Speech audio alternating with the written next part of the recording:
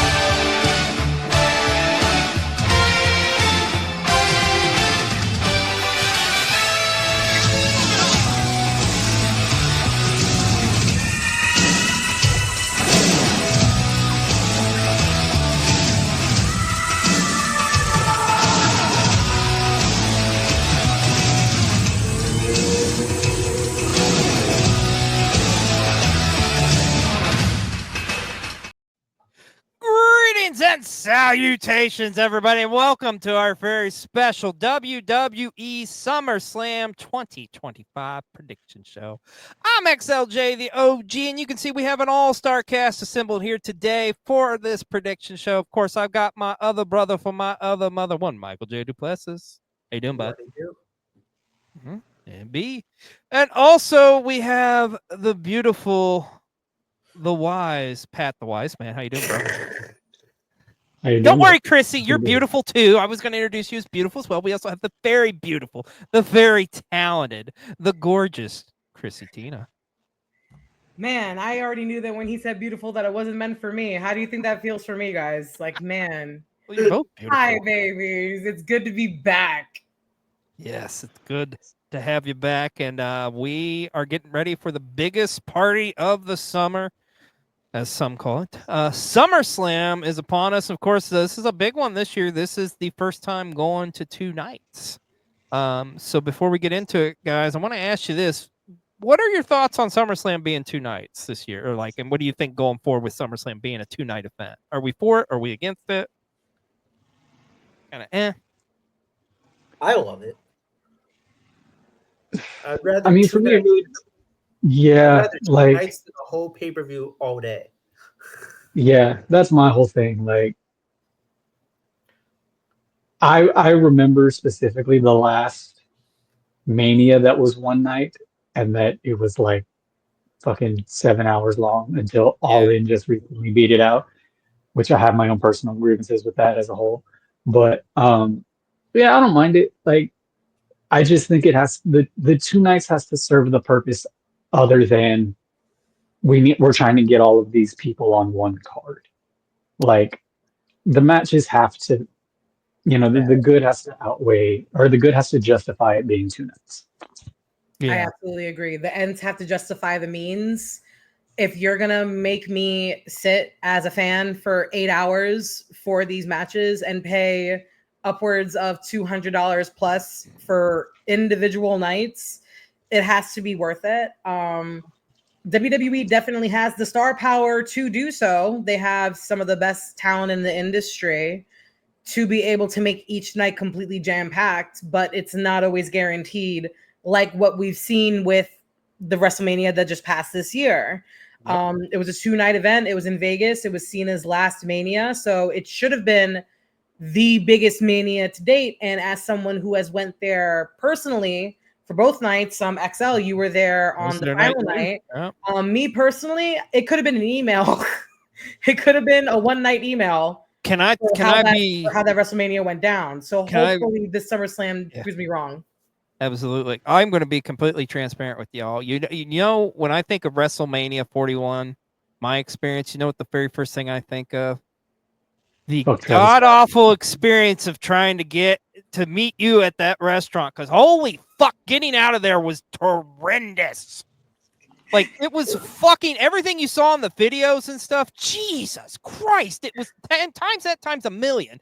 Like, shoulder to shoulder with people on the bridge. Everybody was a fucking asshole. Like, it was just, It was awful. Like I body odor blame galore. WWE. I'm very grateful that my fiance had the wherewithal to realize that nothing was going to happen after Cena won.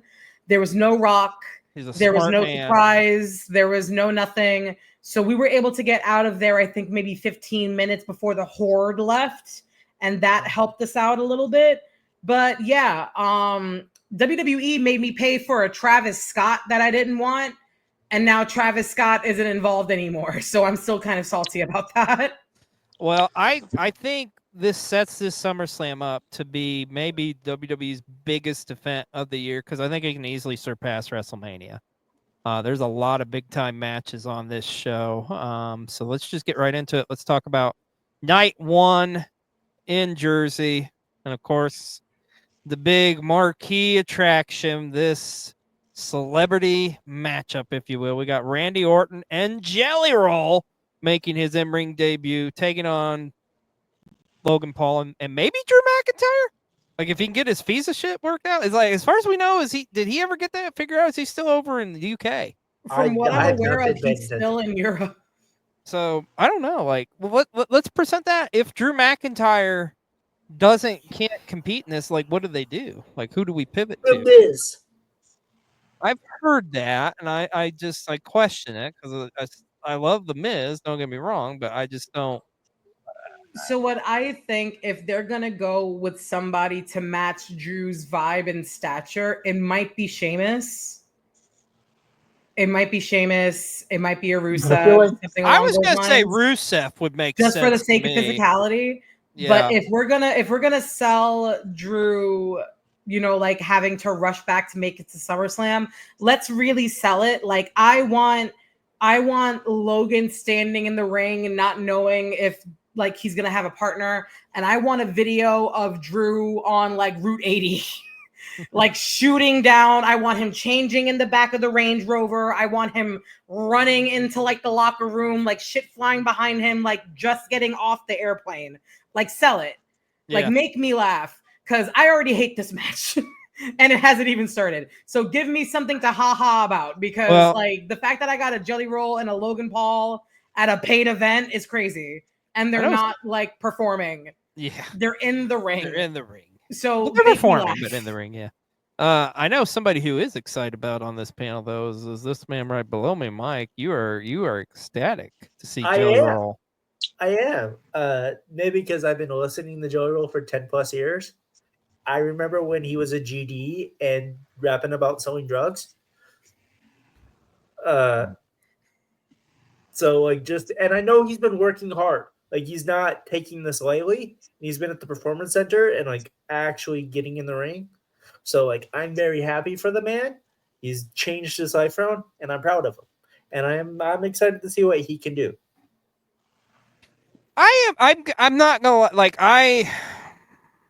I'm not too excited about this. I am kind of intrigued. I'm intrigued to see how Jelly Roll is going to do in this. Like, I will say this. I think it's a one-off. I don't think he does this again, or at least if he does, maybe like a surprise Royal Rumble entrance or some bullshit or something. Yeah, but he's going on tour soon.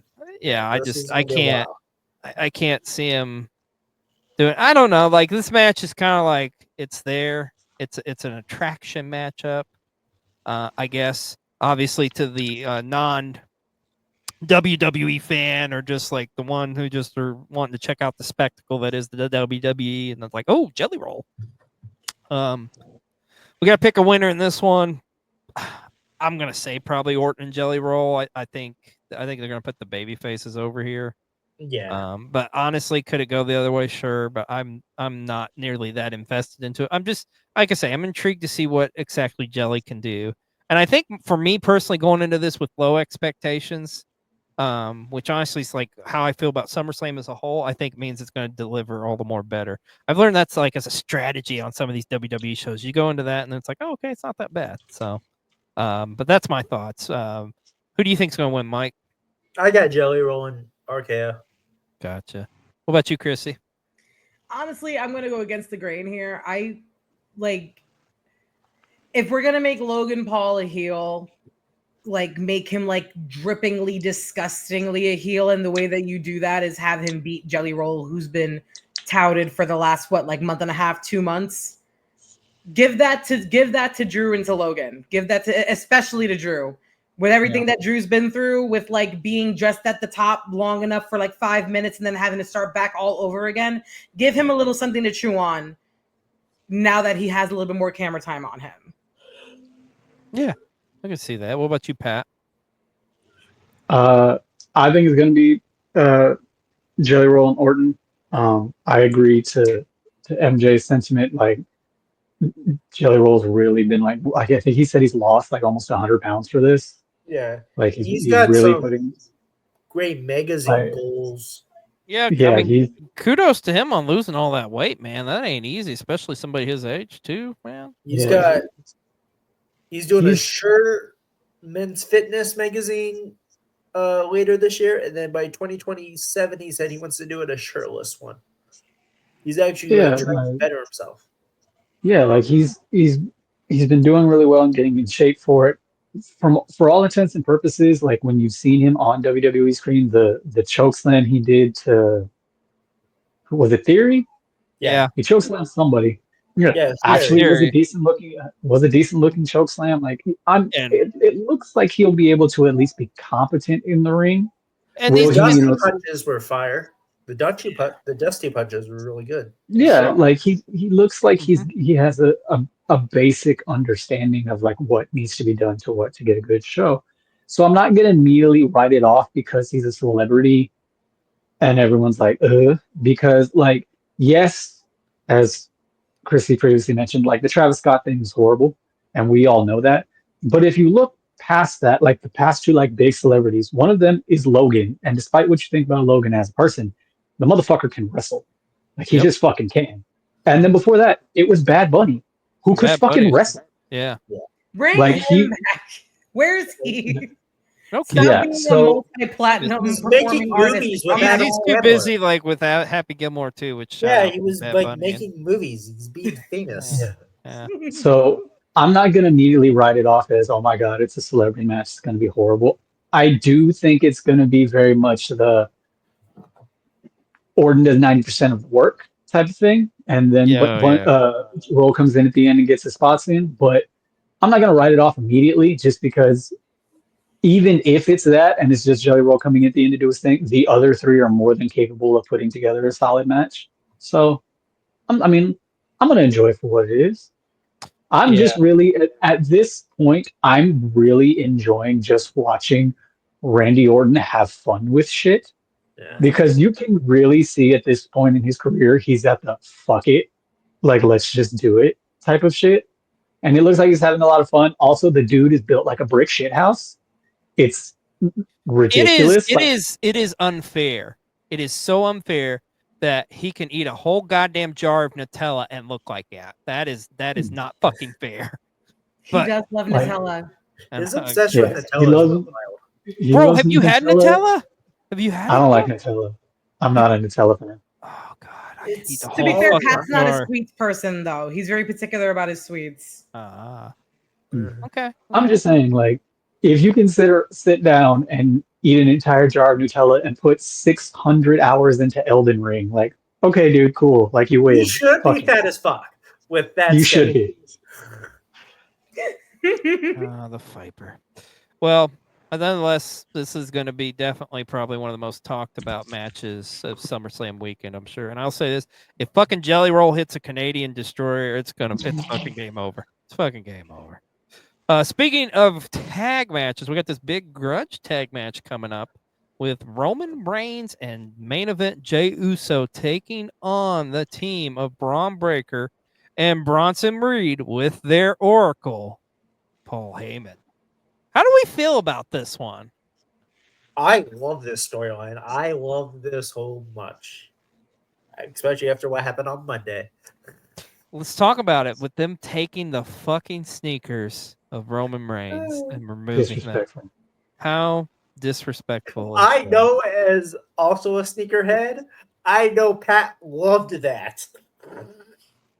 It was funny. Like when I saw it happen, I was like, really, bro? The shoes?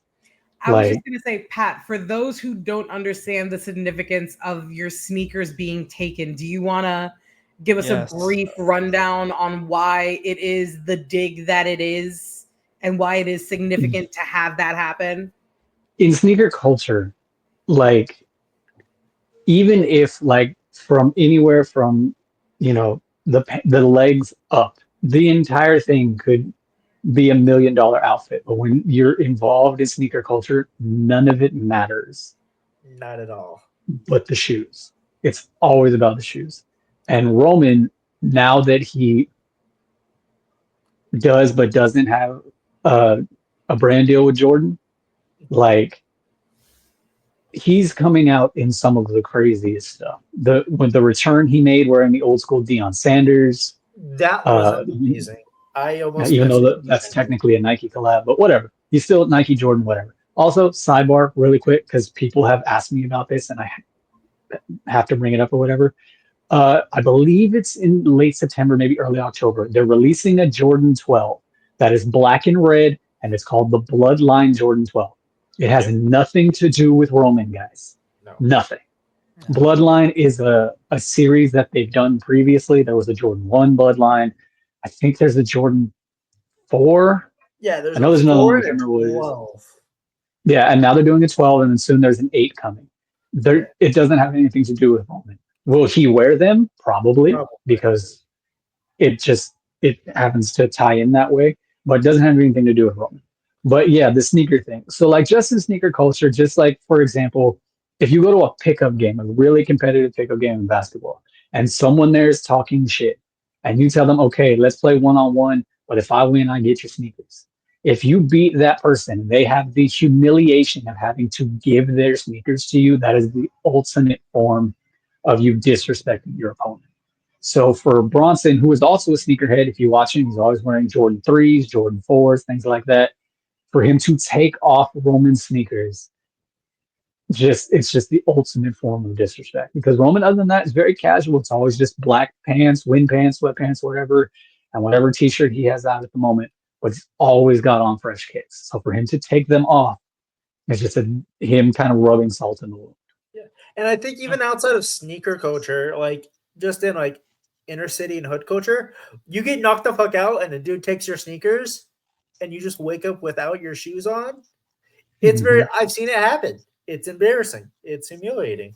Yeah. Mm-hmm. So I would be highly upset if somebody took my shoes, especially the shoes he had on. It's like Lowe's, really good colorway. They actually like had just come out like 2 weeks before. Yeah, I'd be kind of upset. Yeah.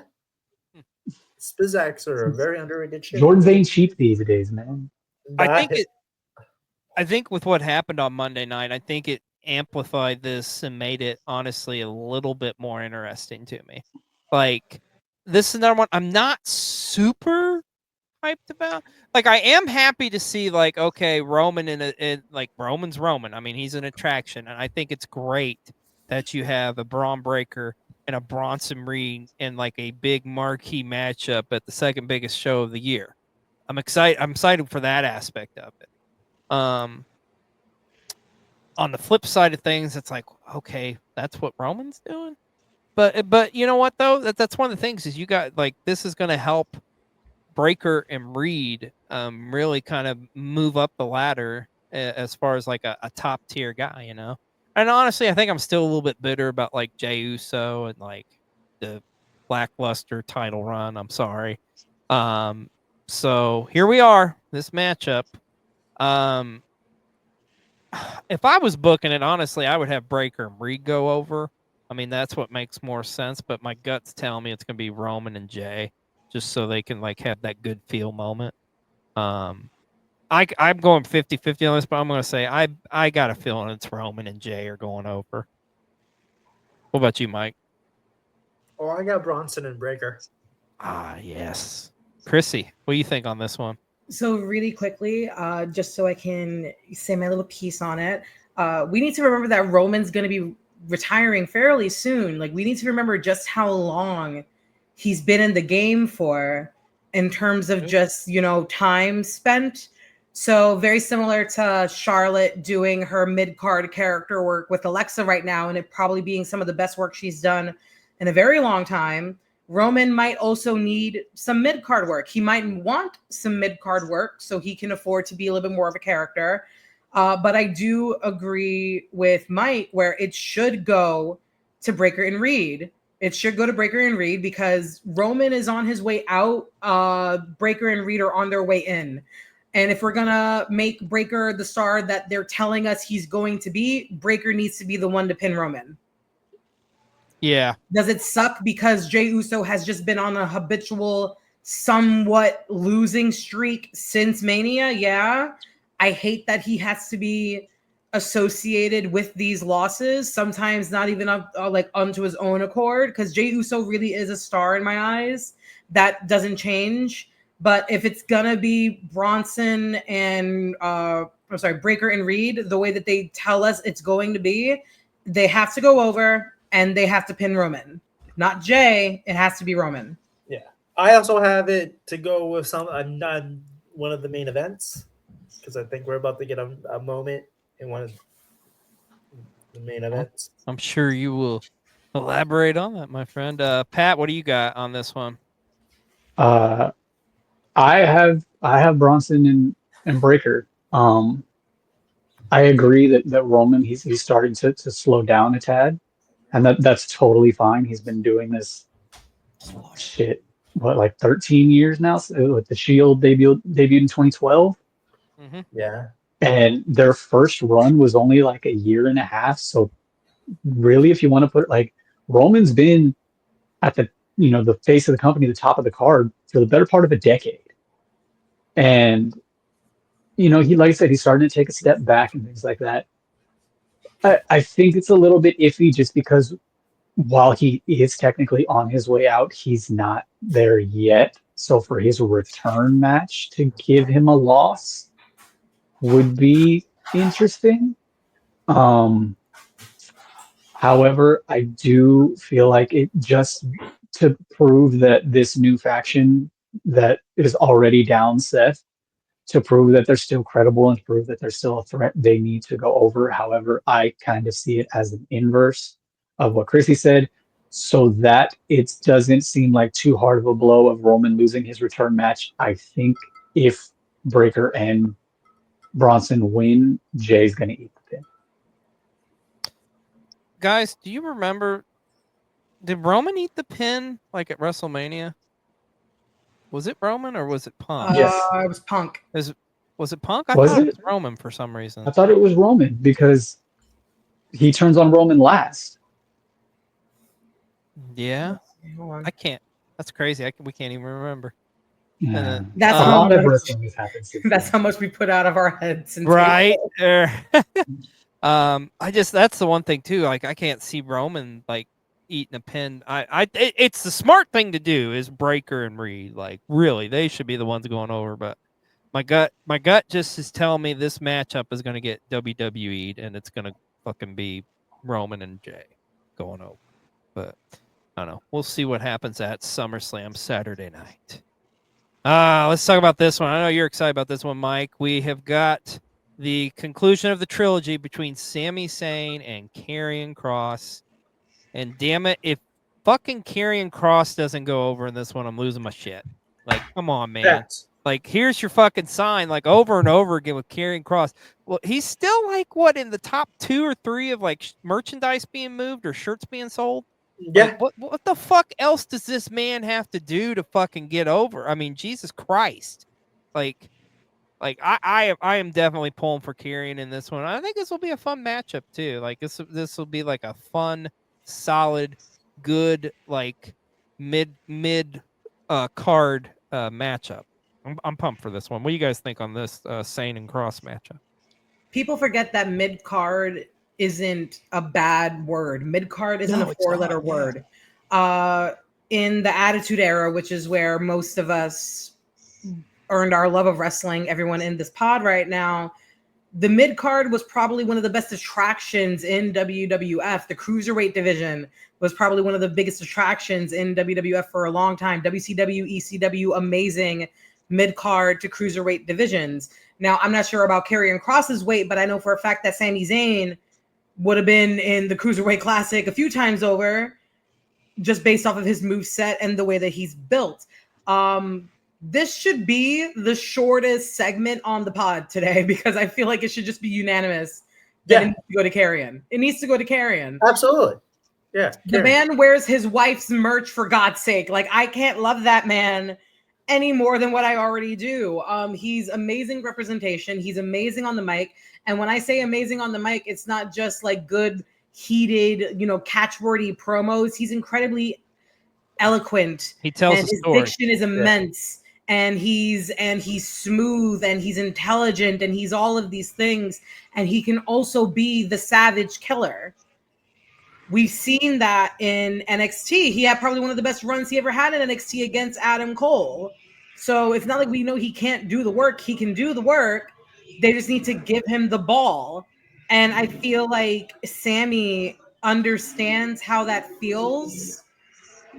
The only other person I probably would have put him up against is maybe like old Daniel Bryan. Like this is that kind of an underdog story for Karrion Kross, and Sammy can definitely make it feel just as important as it needs to feel. If they don't, I don't know what we're gonna do if they don't give this to Karrion. This is very much a Punk wins or we riot situation. Like, it has to go to Karrion. There can't be any other. There is no other answer. There can't be. Yeah. It's crazy to say that and think that too, because Sami Zayn is arguably like one of the most popular wrestlers in the WWE. But I mean, that is just how over Kross is right now, man. Pat, what do you think on this one? It has to be Carrion. It just fucking has to.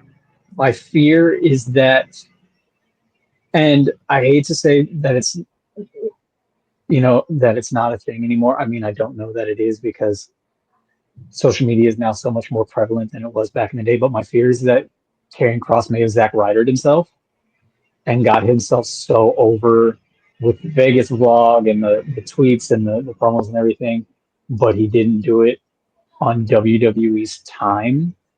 So he's just not, they're just not going to give it to him, even though they should. Personally, hot take, never cared for Sami Zayn. Ever. Okay. Not one, like, all the way back to NXT, I was rooting for Kevin Owens. Like, I just have never given a shit about Sami Zayn.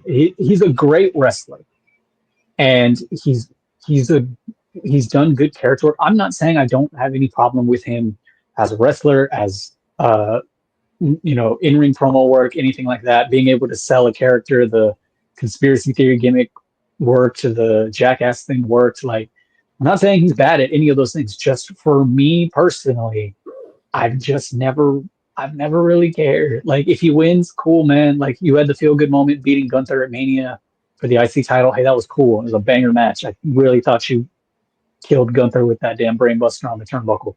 But hey, man, kudos to you. Just for me personally, I just don't care for him. But I have been a fan of Kross shit back since Lucha Underground when he was the White Rabbit. Oh, if yeah. you know. Yeah.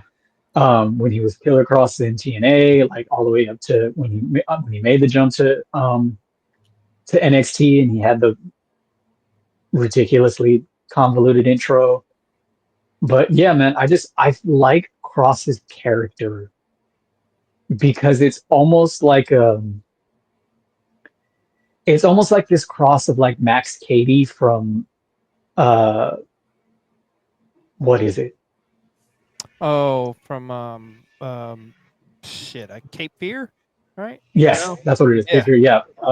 Robert De Niro's like Max Cady, that he speaks almost poetically, but he's like also has this way of instilling fear in the way that he speaks.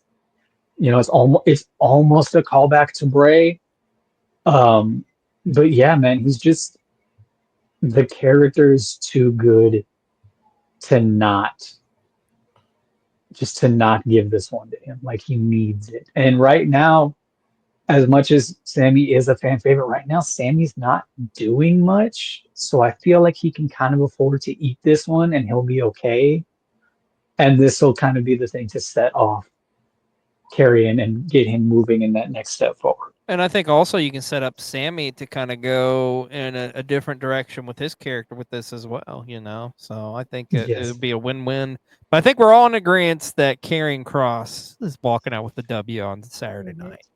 You fucking And just better. to say, And if like, this it's is a unfortunate that Pat doesn't like Sami Zayn, but as long as we all agree that we all love El Generico, I feel like that's just like what's the most important thing to take away from. wait, time out. Hold on. What does El Generico have to do with Sami Zayn?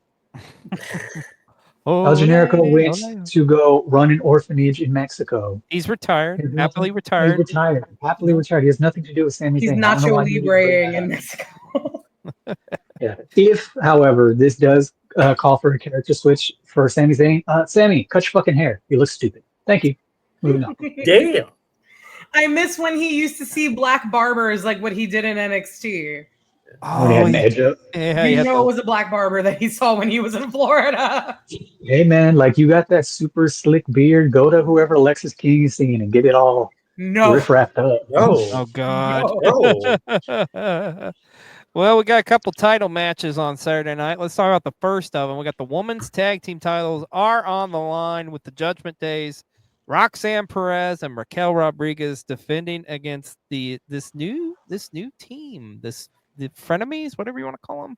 You got Charlotte Flair and Alexa Bliss. I gotta I would like say, to go first on this one. I want to go first on this one. yeah, go So, ahead. Chrissy knows, and I've been well spoken, well versed on it. Again, kind of the same thing on the Sammy side.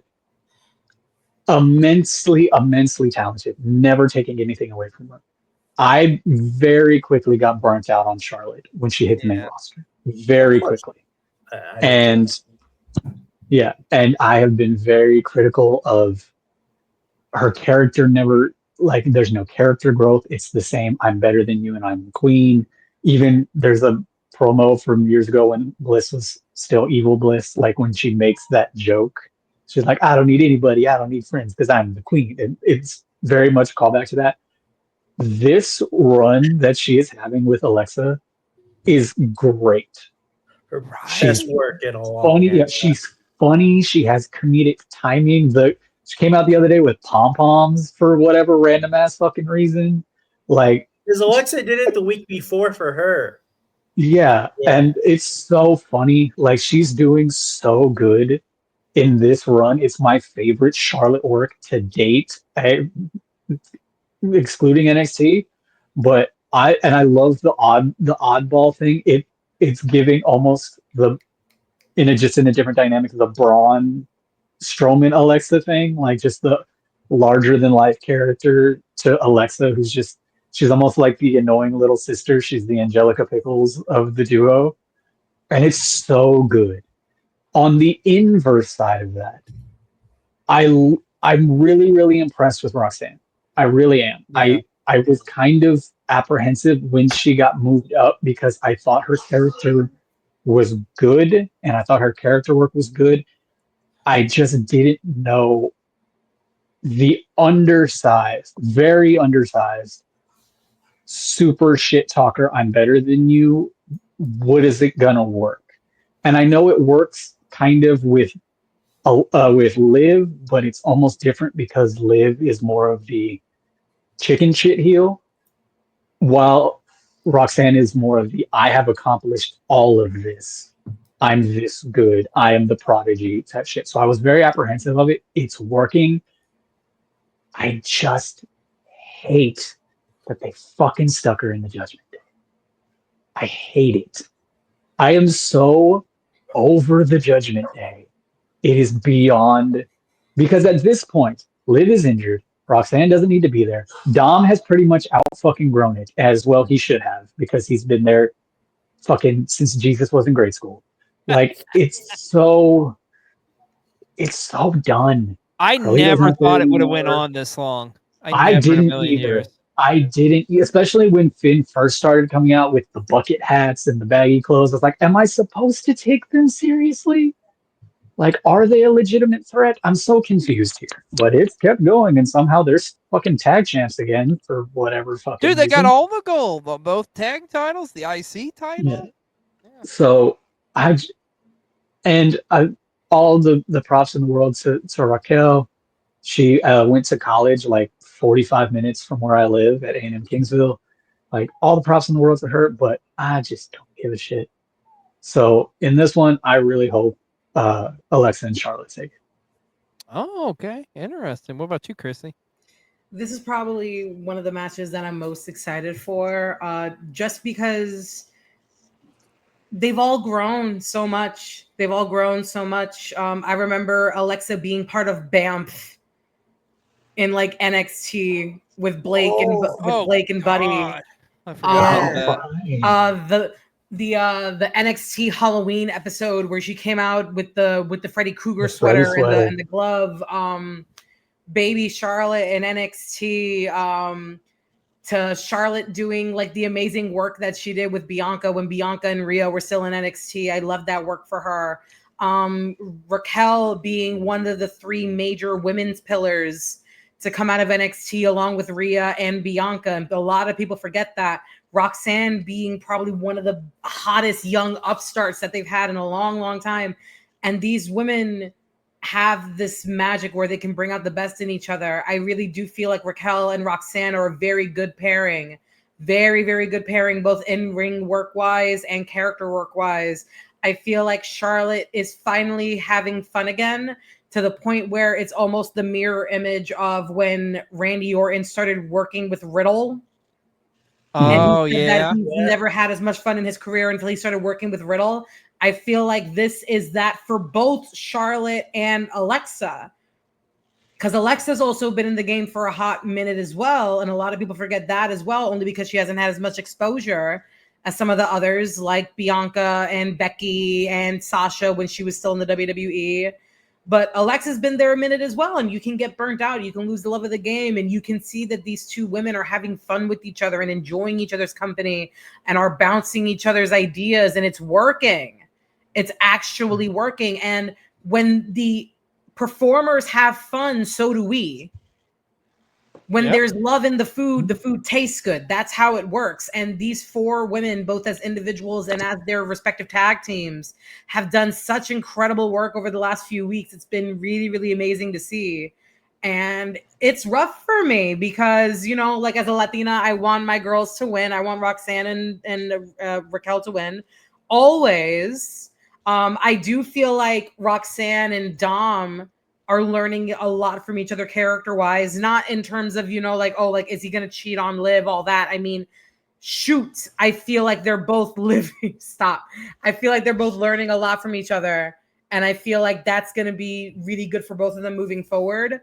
Getting to work with both Alexa Bliss and Charlotte is probably great for Raquel and Roxanne moving forward. But yeah, it's rough. I'm gonna have to agree with Pat though. I really do want Charlotte and Alexa's pairing to win, only because I want to see what a happy Charlotte on top looks like. Because Charlotte's been on top for a long time now, but her character has always been miserable, whether or not she wants to admit it or not. I want to see what a happy, successful Charlotte character-wise looks like on my television screen. Because what I really think, and it's gonna hurt because we all know I hate best friendship breakups in wrestling. I feel like they're gonna do a better than you, baby situation, where they're really gonna make you love them together, and then someone turns. Do I know who's gonna turn between Charlotte and Alexa? Not right now, but I really feel like they're gonna dangle that carrot in front of me of like, oh, maybe they can just be happy. And then take it away from me. Yeah, I love it, man. I love that idea. Like, what about you, Mike? What do you think's gonna happen? It's gonna be Flair and Liv, or Flair and Alexa. And who's gonna turn heel? A Flair's gonna flare. She's gonna stab Alexa in the back so hard. No, I don't think. Here's what would make more impact if Alexa's the one that does it. I think. Because like I just Flair, don't trust a Flair. Yeah, you know, it's not like Charlotte's down in Yeah, Tampa, but- like getting shit faced at the bar and shitting herself. So, But I mean, but at the same time, like, I mean, if you really wanted to subvert expectations, it's sunshines and rainbows with them, and everything's good, and Charlotte's having a good time, and then, you know, The Wyatt Six comes a calling. If they do that, I would I would throw love up in that. excitement. I do like that. Because I mean, even still in some of her promos, it flashes on screen in the background somewhere. There's a sticker or something there. Like they're still True. making reference to it. So, see, I would love that. I wouldn't mind that at all. But yeah, Alexa and Flair gonna win this match. Okay, man, you guys, you pretty much got me sold. I don't know. My gut is just telling me they're going to continue doing the Judgment Day shit. So that's why I don't think they're going to drop the belts. But I personally, I would love to see Alexa and Flair walk out with it. But I'm going with my gut on this one. I think Rodriguez and Perez retain. But Just either a way, real quick counterpoint, XL. If we're gonna do a reason, if we're gonna pull the pin in the grenade for Judgment Day, because everyone here seems to be kind of over it, have Raquel and Roxanne lose the titles and have Roxanne be the blaming point, or have Roxanne blame Raquel and then have the rest of the Judgment Day be like, yeah, you know what? It is Raquel's fault. And then that way, when Liv returns, she goes to back up her girl, and then the threads start to unravel. Because I'm going to also agree, the fact that the Judgment Day has outlasted both versions of the Bloodline is banana sandwich to me. like, when do we know a timetable on Liv? No, When I her have no movie's idea. done shooting. So I think that's the end of this year, which I is thought she was 5 really. months. I thought No, she was yeah, she was injured as well. injured. She's actually legit injured. though. Oh, Yeah. she injured? Yeah, Yeah. she's legit Yeah. injured. She Yeah. actually legit fucked her up her elbow. Oh, that's right. Her The elbow. fucking elbow land. No, Yeah. yeah, that's like 9 months. Yeah, So no, she's here's out for a my. minute. I don't think they pull that trigger until Liv's closer to coming back. So That's that's why that's like Rumble. I think they're gonna draw this shit out for the rest of the year. I personally, I would love to see what you guys say. I think that would be the right way to do it. But like I say, my gut's telling me they're gonna keep this Judgment Day thing going. But who knows? We'll see. Hey, remember I last think year? they will too, really quick. Yeah. But I think it's going to be the opposite. I Okay. think they'll lose the titles or whatever, and then whenever Liv, even if Liv returns in a non-wrestling capacity, she just shows back up, and she tries to blame Roxanne for losing their titles. Raquel is going to take Roxanne's side and say, "You were gone. Where were you? You left high and dry to go film your movie." I see So what you're doing. I like it. yeah. Wow. Well, we'll see what happens this Saturday night at SummerSlam with the women's tag titles on the line. And speaking of women's titles, we got the WWE Women's Championship is on the line as we have got Tiffany Stratton defending against your Queen of the Ring, Jade Cargill. You guys care if I go first on this one? Because I got an Going ahead, opinion. Ron. Yeah. All right. First off, I'm not gonna be I'm gonna be straight up with you. I want fucking MAGA Barbie to get her fucking ass handed to her. I want Jade Cargill to come out and just beat the fuck out of her. I want a squash match, and I'd be so fucking happy with that. I'm sorry, Tiffy time. No, get the fuck out of here. I'm done. We're good. Like here's the thing with Stratton, okay? She's talented, like athlete, whatever. Yeah, okay. She has had everything handed to her on a silver fucking plate since she's been in the WWE. Okay. And this is what I think is going to happen. Here's my bold fucking prediction. Okay. Jade Cargill is going to walk out the champion. Right. And what do they do with Stratton after this? And Stratton, I don't think is going to know how to react because I think it's going to be one of those things. Well, I've had everything handed to me. Now what the fuck do I do? And this is probably like way out there, but here's my prediction. Tiffany Stratton will be gone from the WWE in the next year or two because she's going to self-sabotage herself. I just have this gut feeling that she's that type of person that's going to fuck things up because she's had every goddamn thing handed to her on a silver platter. Maybe I'm wrong. But I just feel like this is going to be the beginning of her downfall because I'm sorry, Tiffany. like her promos, okay, in ring, yeah, it's fine. The matches she had with Nia Jax are great, but I just feel like I say, guys, I just have this gut feeling that like the shit will more shit will come out about her, and you're just gonna be like, oh yeah, fuck Tiffany Stratton. That's just my gut feeling. So, but I would love to see Jade just squash her. I don't know if that's gonna happen, but Jade Cargill's walking out the champ, as far as I'm concerned. Like it's her time. That's my 2 cents on this. I mean, in terms of the match, people said that they wanted Jade to go back to the performance center to train. She did that. They didn't want her in the main title picture by herself because she's from AEW. She doesn't deserve it. She didn't do that. She did tag runs with Naomi and Bianca. She's done the character work. She's done the backstage work. She's done everything that people have yelled at her to do. So in terms of just this match alone, I feel like it is going to be Jade walking out champion. And for some reason, I don't know why WrestleMania 41 was fucking cursed, but just like a lot of the champions that walked out of that Mania didn't have the same heat going in that they did going out. Jay for sure didn't. 100% for sure didn't. Tiffany had an amazing match. I really did enjoy her match with Charlotte and Mania. The entrance was great. Everything was great. And then she got that title, and then nothing happened. And I'm not saying it's her, because she did do good mean girl work in NXT, but they tried to make her a tweener. They tried to make her a face. They're putting her with Trish Stratus. They're putting her with all these people, trying to associate her as a face. But just, I'm sorry, sometimes people are just meant to play the bad guy forever.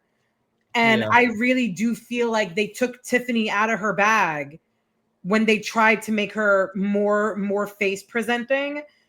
Give her the mean girl gimmick. Give her that. Keep her there. That's her bread and butter. That's where she excels. So in terms of getting everything handed to her, I can a little bit fight on that, because Tiffany requested to stay behind in NXT. They brought her up. She didn't fight to go up. She didn't immediately get thrown into the title picture. She did Elimination Chamber. She did multi-woman tag matches. She did all that. She didn't get brought up and then immediately sent into a title picture match. She did the work, very similar to what was required of Jade when she showed up. Now, with Jade's character, I feel like her character work has increased. I feel like Tiffany's has like shrunk. And that's the problem. She's physically there. She can physically go, but I have to care about you either in a face way or in a way that makes me hate you to make me want to keep watching you on a 3-hour television program. Jade's learned to do that.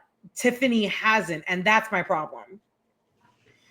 Tiffany needs to go back to Evolve for character work. That's what she needs. She needs more time to beg on the mic. Yeah, there's something about her. And maybe it's just her as like, she's a great fucking heel. I don't know, but I don't know. I just got this gut feeling that just, I don't know. Maybe I'm completely wrong, but I just feel like it's got a gut feeling that something's going to come out on her, and it's just like, oh yeah, okay, yeah, she's a bitch. Mike, what do you think on this one? Oh, I have Jade winning. Yes.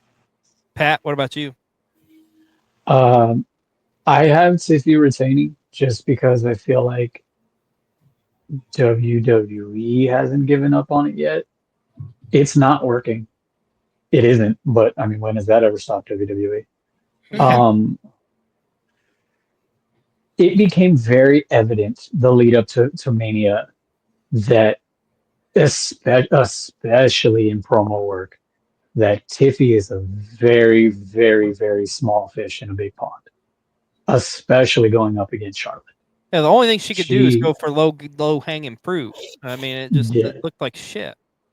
Yeah, like it didn't work. And I agree to Chris's sentiment. She's so much better as a heel. I mean, she's the blonde hair, blue eyed, popular, I'm better than you, I'm prettier than you girl. Like, she's the stereotypical person you hate in every 90s high school movie ever. Like, it's very, very simple to make that character work. And I get it. WWE wants to make a new women's face of the company, even though it should have been fucking Bailey for the past fucking 8 years, but whatever. Digressing. Um, but I almost kind of feel the same way about Jade. Like Jade's, what is it, TBS title? Yeah. Is that what the women's one is in AEW? Her 50-0 run, like that heel, cocky, shit talking Jade Cargill was a badass. Like Yeah. she felt like a badass. I wish they'd She let her was- do that in WWE, honestly. That's what I'm saying. Like, Yeah. so for this one, it's strange to me because both of them are very, and through no faults of their own, I'm sure neither of them have the final say, but both of them are very going against archetype of what their best character work is. So for me, it just kind of puts a dampener on the match itself. I'm sure the match is going to be good just because they're both extremely talented. And even if the sheer like wrestling knowledge isn't there, both of them are freak athletes. So they're going to put on a show. It's going to look good. But just for me, I feel like WWE still isn't ready to fully give up on Tiff. But then again, you could play into if Jade wins now, Jade and Naomi are both champions and they both have heat against one another. So it could go there. But just for me, like I said, I just feel like WWE is still trying to, force feed us Tiffany Stratton being the smiley go lucky, I'm happy to be here babyface. So I have Tiffy win. I'm If you not going to ask be me, shocked. Tiffy time is over. I could see them like with how you built with Jade would be okay. She gets the title run. She goes on dominant run. We go into Mania, and then like you could turn her like heel, and then have her against Bianca. That's the money match. That's what everybody wants to see is Bianca and Jade 1-on-1. I could totally see them doing something like that. But if Tiffy loses this and they like still keep her as the tweener, she's fucked. If they turn her back to like a heel, I could see that working, I guess. But like I But said, she needs to go back to being NXT heel, not chicken shit lackey to Nia Jax heel. no, She needs to go back exactly. to being true heel. Yes, exactly. And that could definitely work. Like I say, And it's like what we were talking about before, that like mid card is not a 4-letter word. NXT is not a bad word. Like the people who excel in those areas can go most places. Like not everyone can be a really popular mid carder, but like if you give someone enough glitz and glam, they can be top card. Goldberg was top card. Goldberg is shit. He couldn't work. William Regal has gone on multiple accounts saying that he couldn't get a 5-minute match out of Bill Goldberg, but yet he's one of the biggest main eventers in wrestling history. But not everyone can work a 30-minute workhorse Iron Man match the way that some of these mid-carders can. She needs what Charlotte's going through right now, what Randy had to do with Riddle, that mid-card run where they're forced to use a personality. You can't just go off of looks. You can't just go off of big move sets. You have to make people care about you either in a face way or a heel way. That's what Dom did. And Dom in 2 years is going to take over the entire industry. Dom is insane because Dom can do both the mid-card work and the main event work. I have no doubt about it. Tiffany cannot. Tiffany needs more training, and there's nothing wrong with more training. There's nothing wrong with wanting to sharpen your knife, better your craft. There needs to be a lot more stigma taken out of people going back to mid-card, NXT, whatever, to get themselves better. Becky did it, for God's sake. The New Day was in NXT for a while. Isn't Becky doing back. it now? Ricochet went back. A lot of them did. Yeah. Yeah. To that point, like just because you made it to the top, it doesn't define you. Whether or not you make it, especially if it doesn't work. I mean, like we talk about how much we love Eddie, and we all loved Eddie. But I mean, does anybody really, other than him actually winning it, does anybody really remember anything from Eddie's uh, what was it? Undisputed title run? Mm-hmm. Not I think really. the rivalry with JBL and hell, Yeah, he just the feud made with JBL. JBL. Yeah, but how many? Okay, so you compound that on top of everything else you can name about Eddie in the mid card run, Facts. or his Yeah. WCW run, Yeah. cruiserweight run, like That was all of another those thing. things. Eddie had such a short run as WWE champion too, which Mhm. was criminal Yeah, in my like mind. But there are so many wrestlers who either had a short run at the top or didn't ever make it to the top. I mean, Piper, perfect. right. Like you But can you, name all of these people that didn't quite make it there, but their mid card work speaks for itself. So being at the top and losing or whatever, and then going back down to, as Chrissy said, to kind of sharpen your sword or whatever, it's not a bad thing. Like, I think more wrestlers, especially if they were on big runs and then those runs stop, should go back to NXT because there are, especially with some of the work that characters in NXT are doing, like, uh, um, Tiffy going back and taking on a Jordan Grace, or teaming up and going heel with Mariah May, or whatever the fuck her name is now. okay, Like, Blake Monroe. Blake Monroe. yeah, whatever. She's Mariah May. She's Christy's just over here is getting like two completely different people. It's like, who's that? anyway. Like just being able to make it's just wanting to be better, wanting to make yourself better. Stagnation is going to kill your dream a whole lot more than going back and starting over. Because if you stay in one place and that place doesn't work, you're going to fail out a lot faster than if you go back to the bottom of the ladder and climb all the way back up. Because at least you're going to climb back up. Yeah. True words cannot be said, my friend. Well, like I say, I think we're on agreement. We are really hopeful that Jay walks out that belt and we're done with Tiffy tonight. Fingers crossed. We'll see what happens Saturday. And let's talk about the main event of night one of SummerSlam. It is for the World Heavyweight Championship. The Ring General Gunther will defend against your number one contender, CM Punk. And Mike, I know you're clamoring. Like, let's just talk about what may be the worst kept secret and the fucking elephant in the room. Go ahead. Oh, Seth is winning this. So it's like, That's what's happening. Seth has gone on record that in his career, CM Punk will never win a world title. And we are going to have those three guys standing in the ring all together, CM Punk, Bronson Reed, and Braun Breaker, as they screw over Punk. And that's going to be fun. I mean, the industry hasn't really helped out with that because I believe I read something today from Bully Ray saying this injury feels weird. I don't know, man. Like, yeah. I got bad juju feelings about this injury, and I'm like, dude, shut up. Like, just don't. You don't have to press post. You don't have to hit send. You don't have to. Another great heist from Seth Rollins. Yeah, but we add Paul Heyman and the two cronies. Yeah. Let me have Punk winning. Let me have my dream, MJ, please. We have a better chance of running a marathon. Let me ask y'all this. Pat's face as he realized as what I said was hilarious. I did that to pop Pat.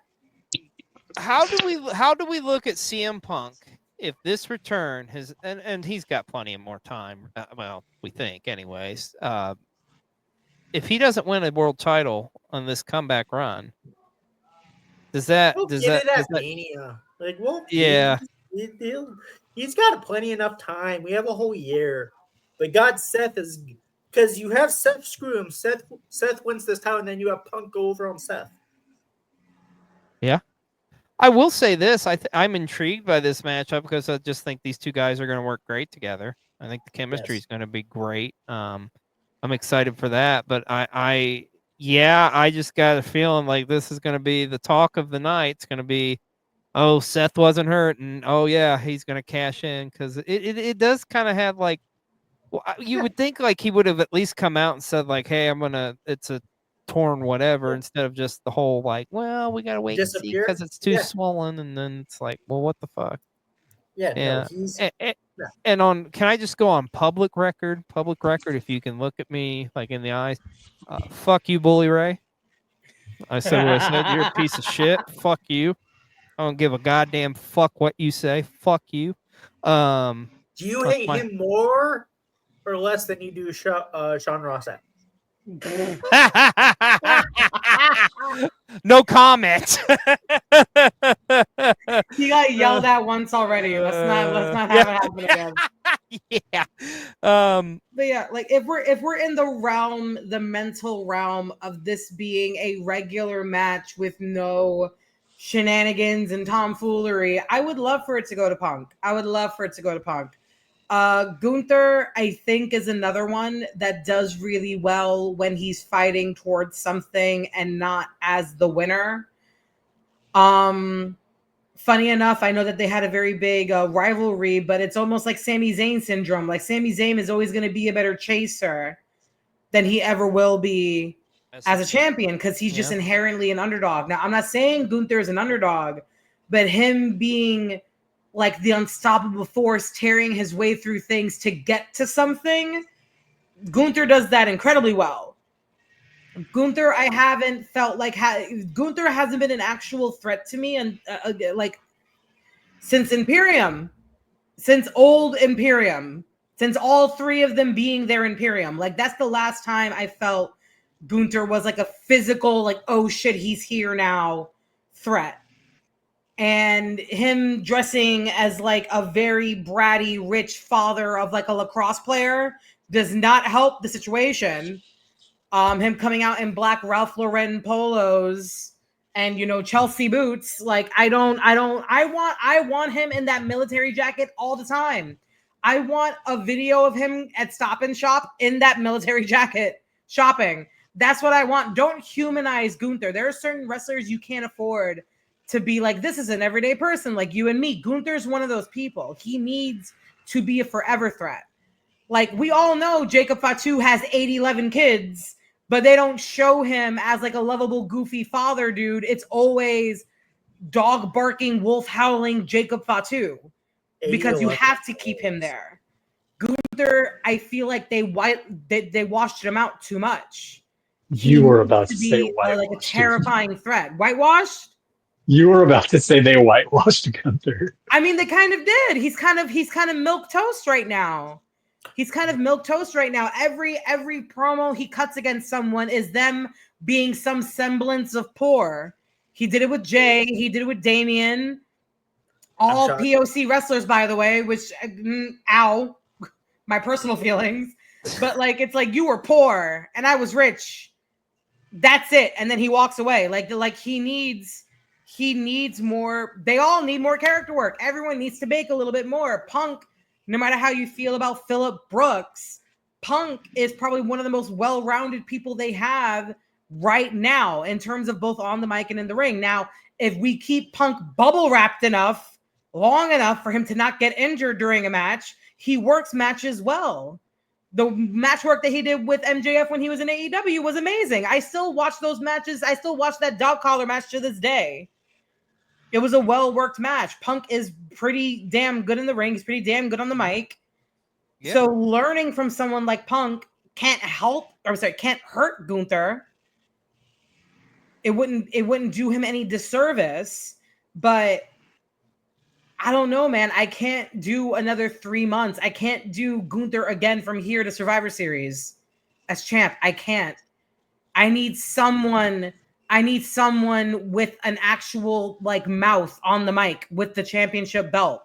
Do you need somebody who maybe has a visionary? Do you need a visionary? Do you need a messiah, perhaps? Do I? You know what? I've been looking to change my like decor in my house. I should probably hire an architect, shouldn't I? You should. I think what the goal for WWE for night one of SummerSlam is to have people talking. I think that's exactly why Jelly Roll is on night one. And I think this close in the show, people are going to be talking about Seth Rollins cashing in. I'm with you, Mike. I think it's going to be the cash in. Seth walks out.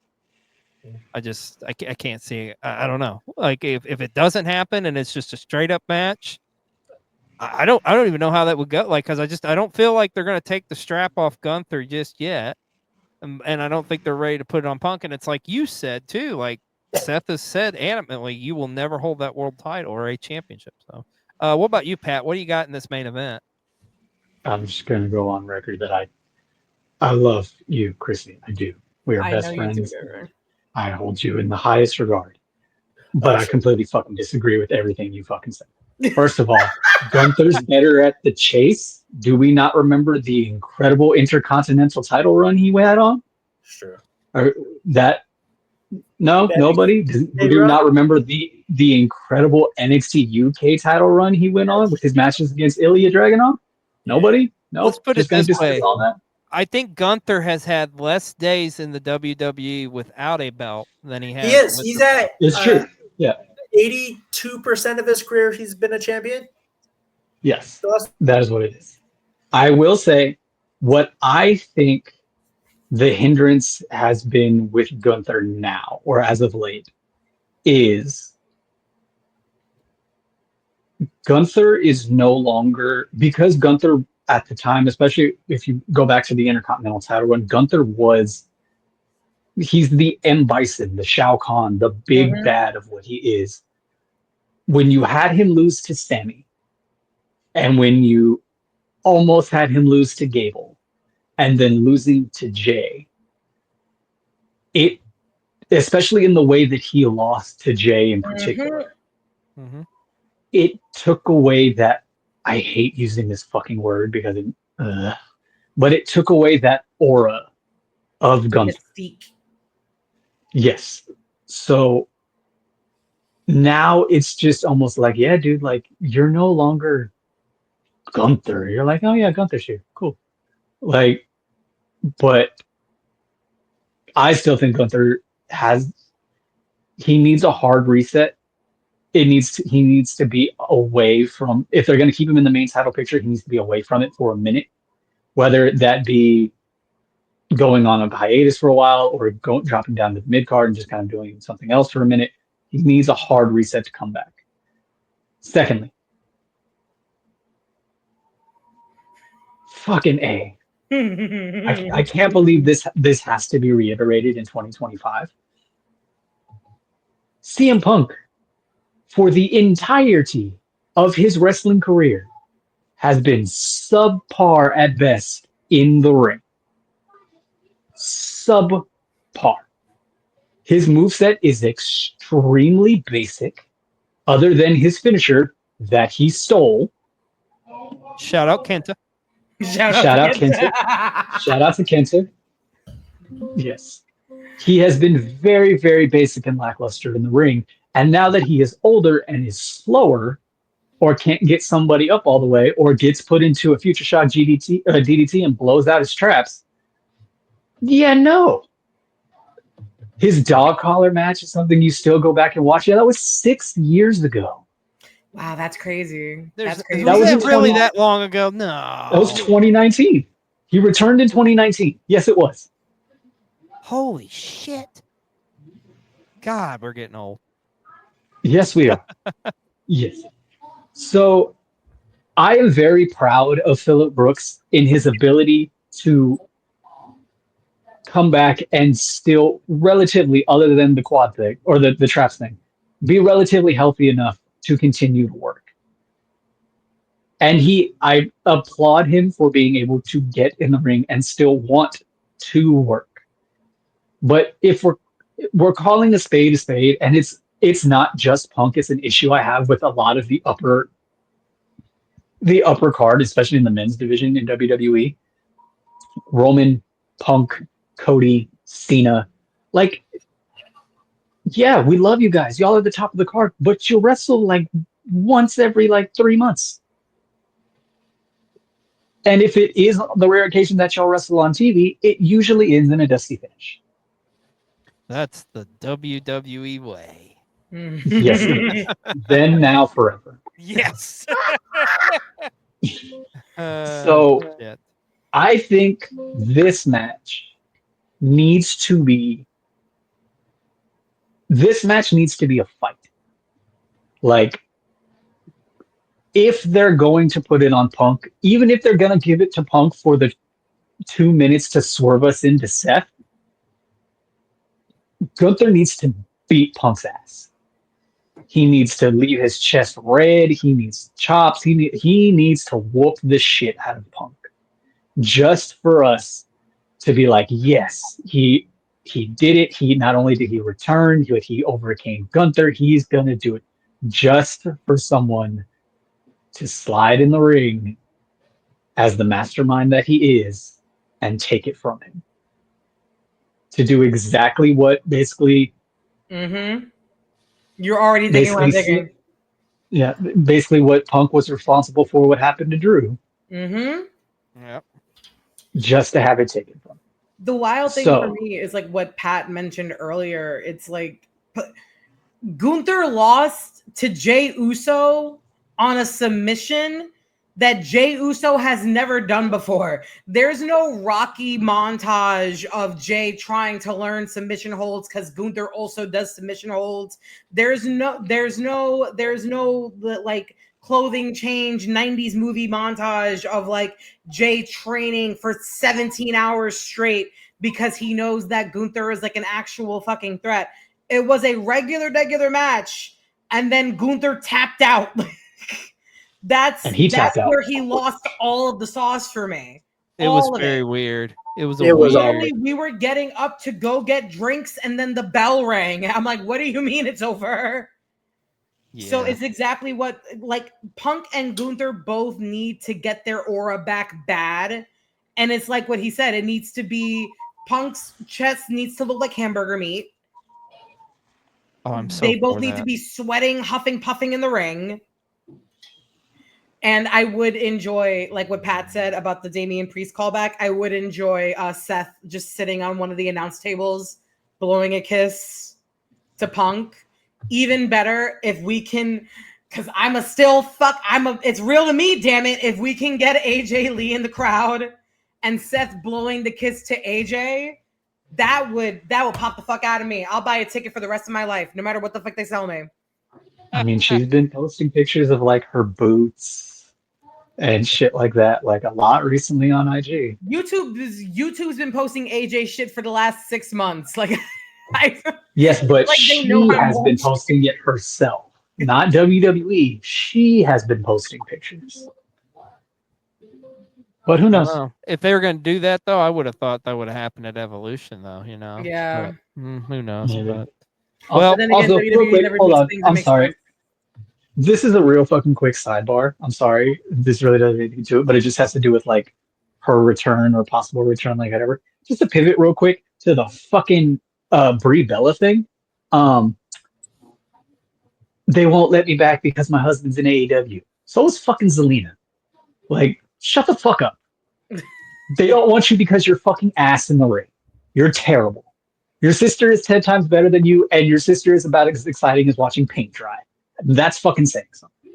You're fucking a terrible wrestler. You have a terrible theme song. You were never good in the ring. You became popular because of your sister and your husband. Stay the fuck at home and take care of your kids. You don't like the Bellas theme? Fucking I hear no. it. I think of you, Pat. You can't. No, I'm talking about no. I'm talking about, and you're taking your shirt off and whipping it around. I'm sorry, that was just I shouldn't have expressed it. I'm sorry. I'm talking about Brie's theme song. Oh Christ, we're not okay. Yeah, Brie. There he goes. There he goes. Now he understands. What the fuck was Brie mode? Fuck that. Hey. Okay, no, hold on. Brie mode, because it got brought up in Total Divas, how it was made her fucking theme song / her persona character wrestling, I don't know. But in like actual canon, Brie mode is how Brie gets when she's blackout drunk. Oh Jesus! Yeah.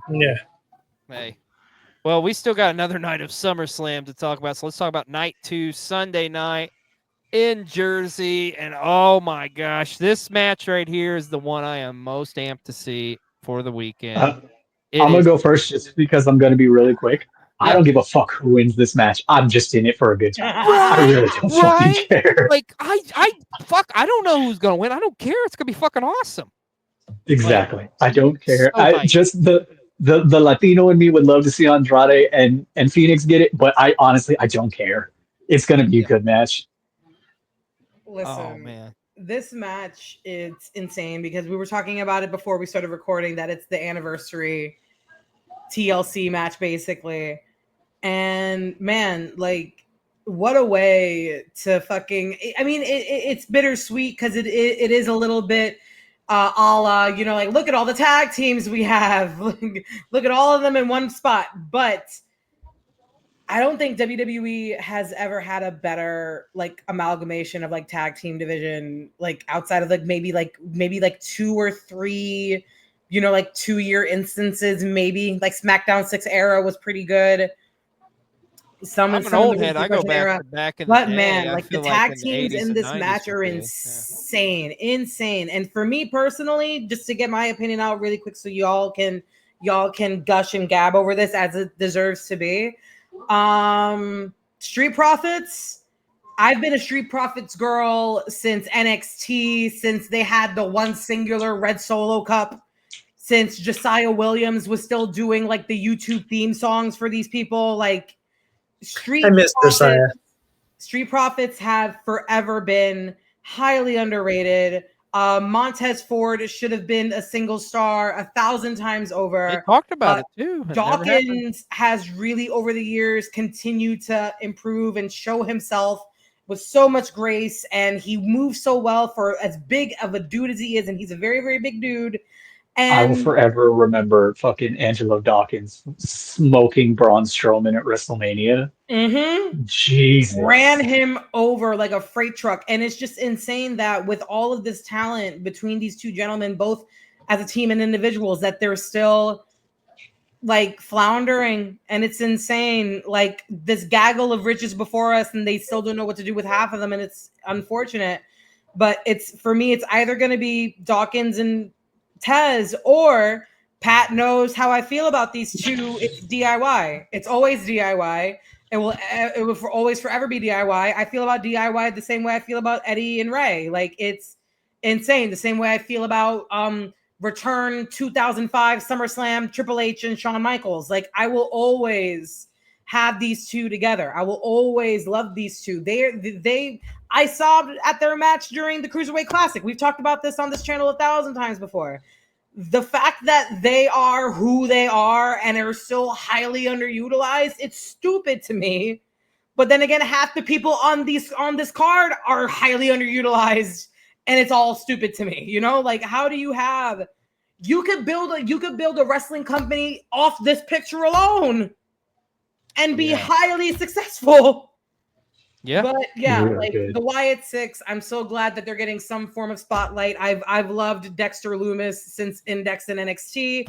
Motor City Machine Guns, I was never really into them on the indie circuit or TNA. It was actually Pat and you guys that helped me learn more about them and appreciate them. And I've loved their work ever since.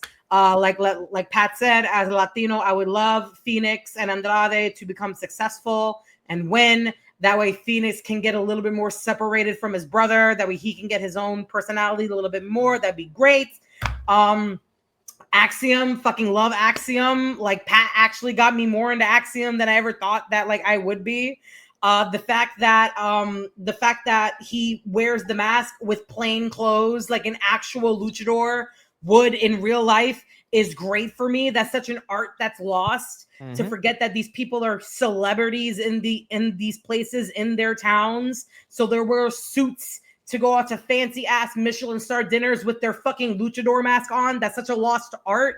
And he holds it so well. And all of them are amazing. And I'm probably going to stand up and applaud and sob when this match is done. But it has to be Tez and Dawkins or DIY for me.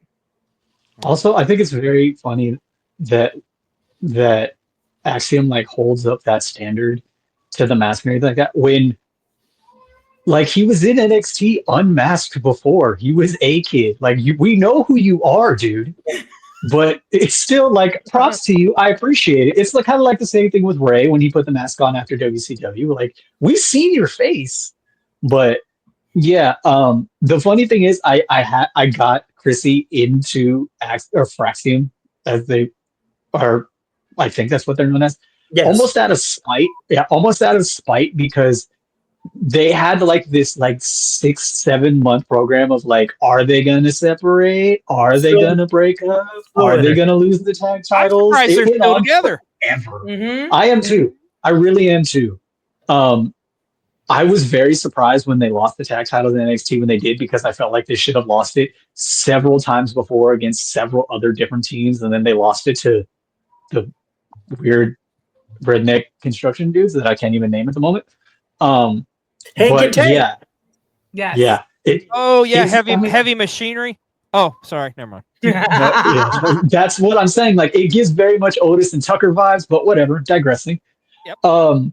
Yeah, but like, just talent alone.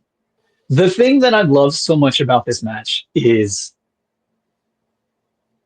normally there's almost an even balance in especially matches that involve ladders and stuff between finesse and power.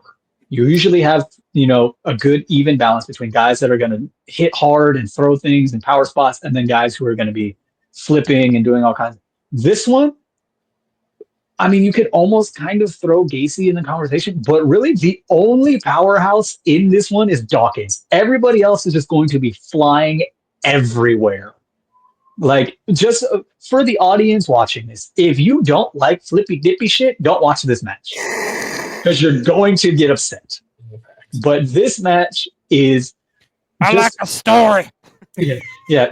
Just to run it down real quick, like, as far as tag team psychology wrestling, very few can do it as well as DIY and the Motor City Machine Guns. Very few. Andrade and Phoenix, two of the best luchadors wrestling today. And I know people try and say that Andrade isn't a technical luchador, but yes, the fuck he is. And that spinning back elbow can fucking take someone's head off. Mhm. Yes. Good for you, Andrade. Fraxium is Fraxium, and the Wyatts, like, their characters are just, it's such a, it was weirdly that it's still such in the same vein as the Wyatt family, but it's also such a departure and it's its own thing. Like, it's like a successful spinoff, which never fucking happens. Um, just again, like, I this is one of the matches that I feel like it's gonna steal the weekend, Mm-hmm. but not because of who won or not because of any shock surprises or anything like that, just because the match is going to be absolutely batshit. Facts. And I'm absolutely here for it. Mhm. Yeah, I think the thing of it is, I don't think anybody's going to be upset with any 6 of these teams walking out with the belts. Like, Yeah. they're all great tag teams. There's not really like a bad one in this. For me, I feel like the stars of this people are gonna be talking about. I do think it's gonna be the Wyatt Six, because I think they're gonna do some stuff in this. You're gonna be like, holy shit! And Mike knows firsthand, like, 'cause he knows how fucking Gacy can go. Like, I think this is gonna be a coming out party for him. I think people are gonna be like, holy shit, that guy is fucking nuts and he's amazing. Right? They're gonna win, and they're gonna take their titles to Halloween Horror Nights. Yeah.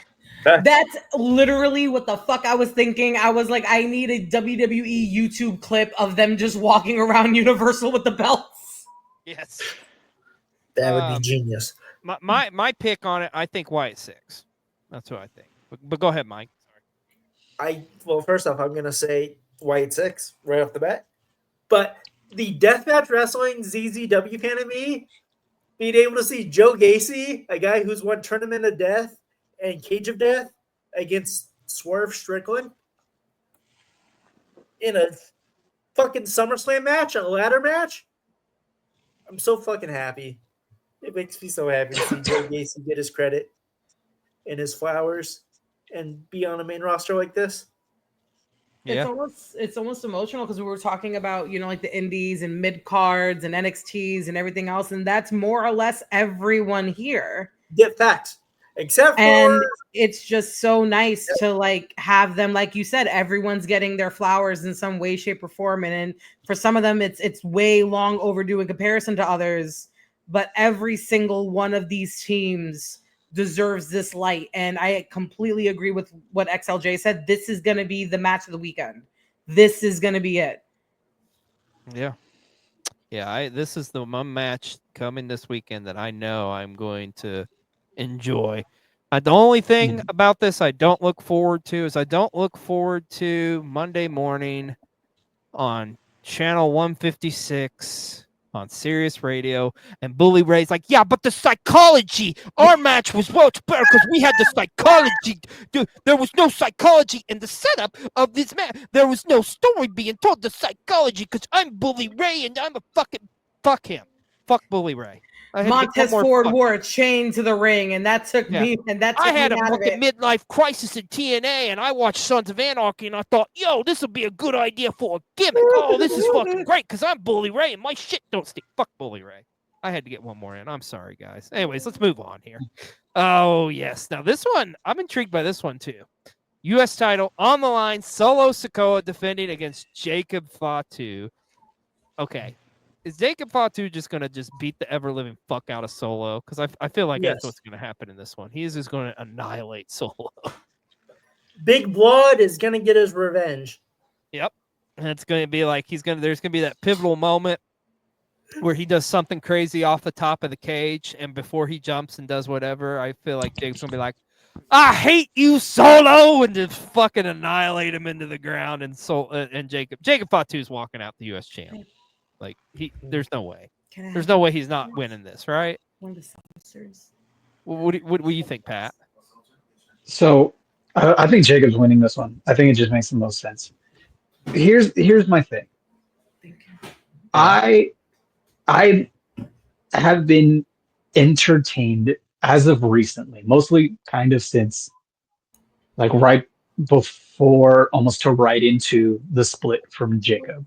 I've been very entertained by Solo because he's almost taken the character to a level of like goofiness that has made it such more enjoyable.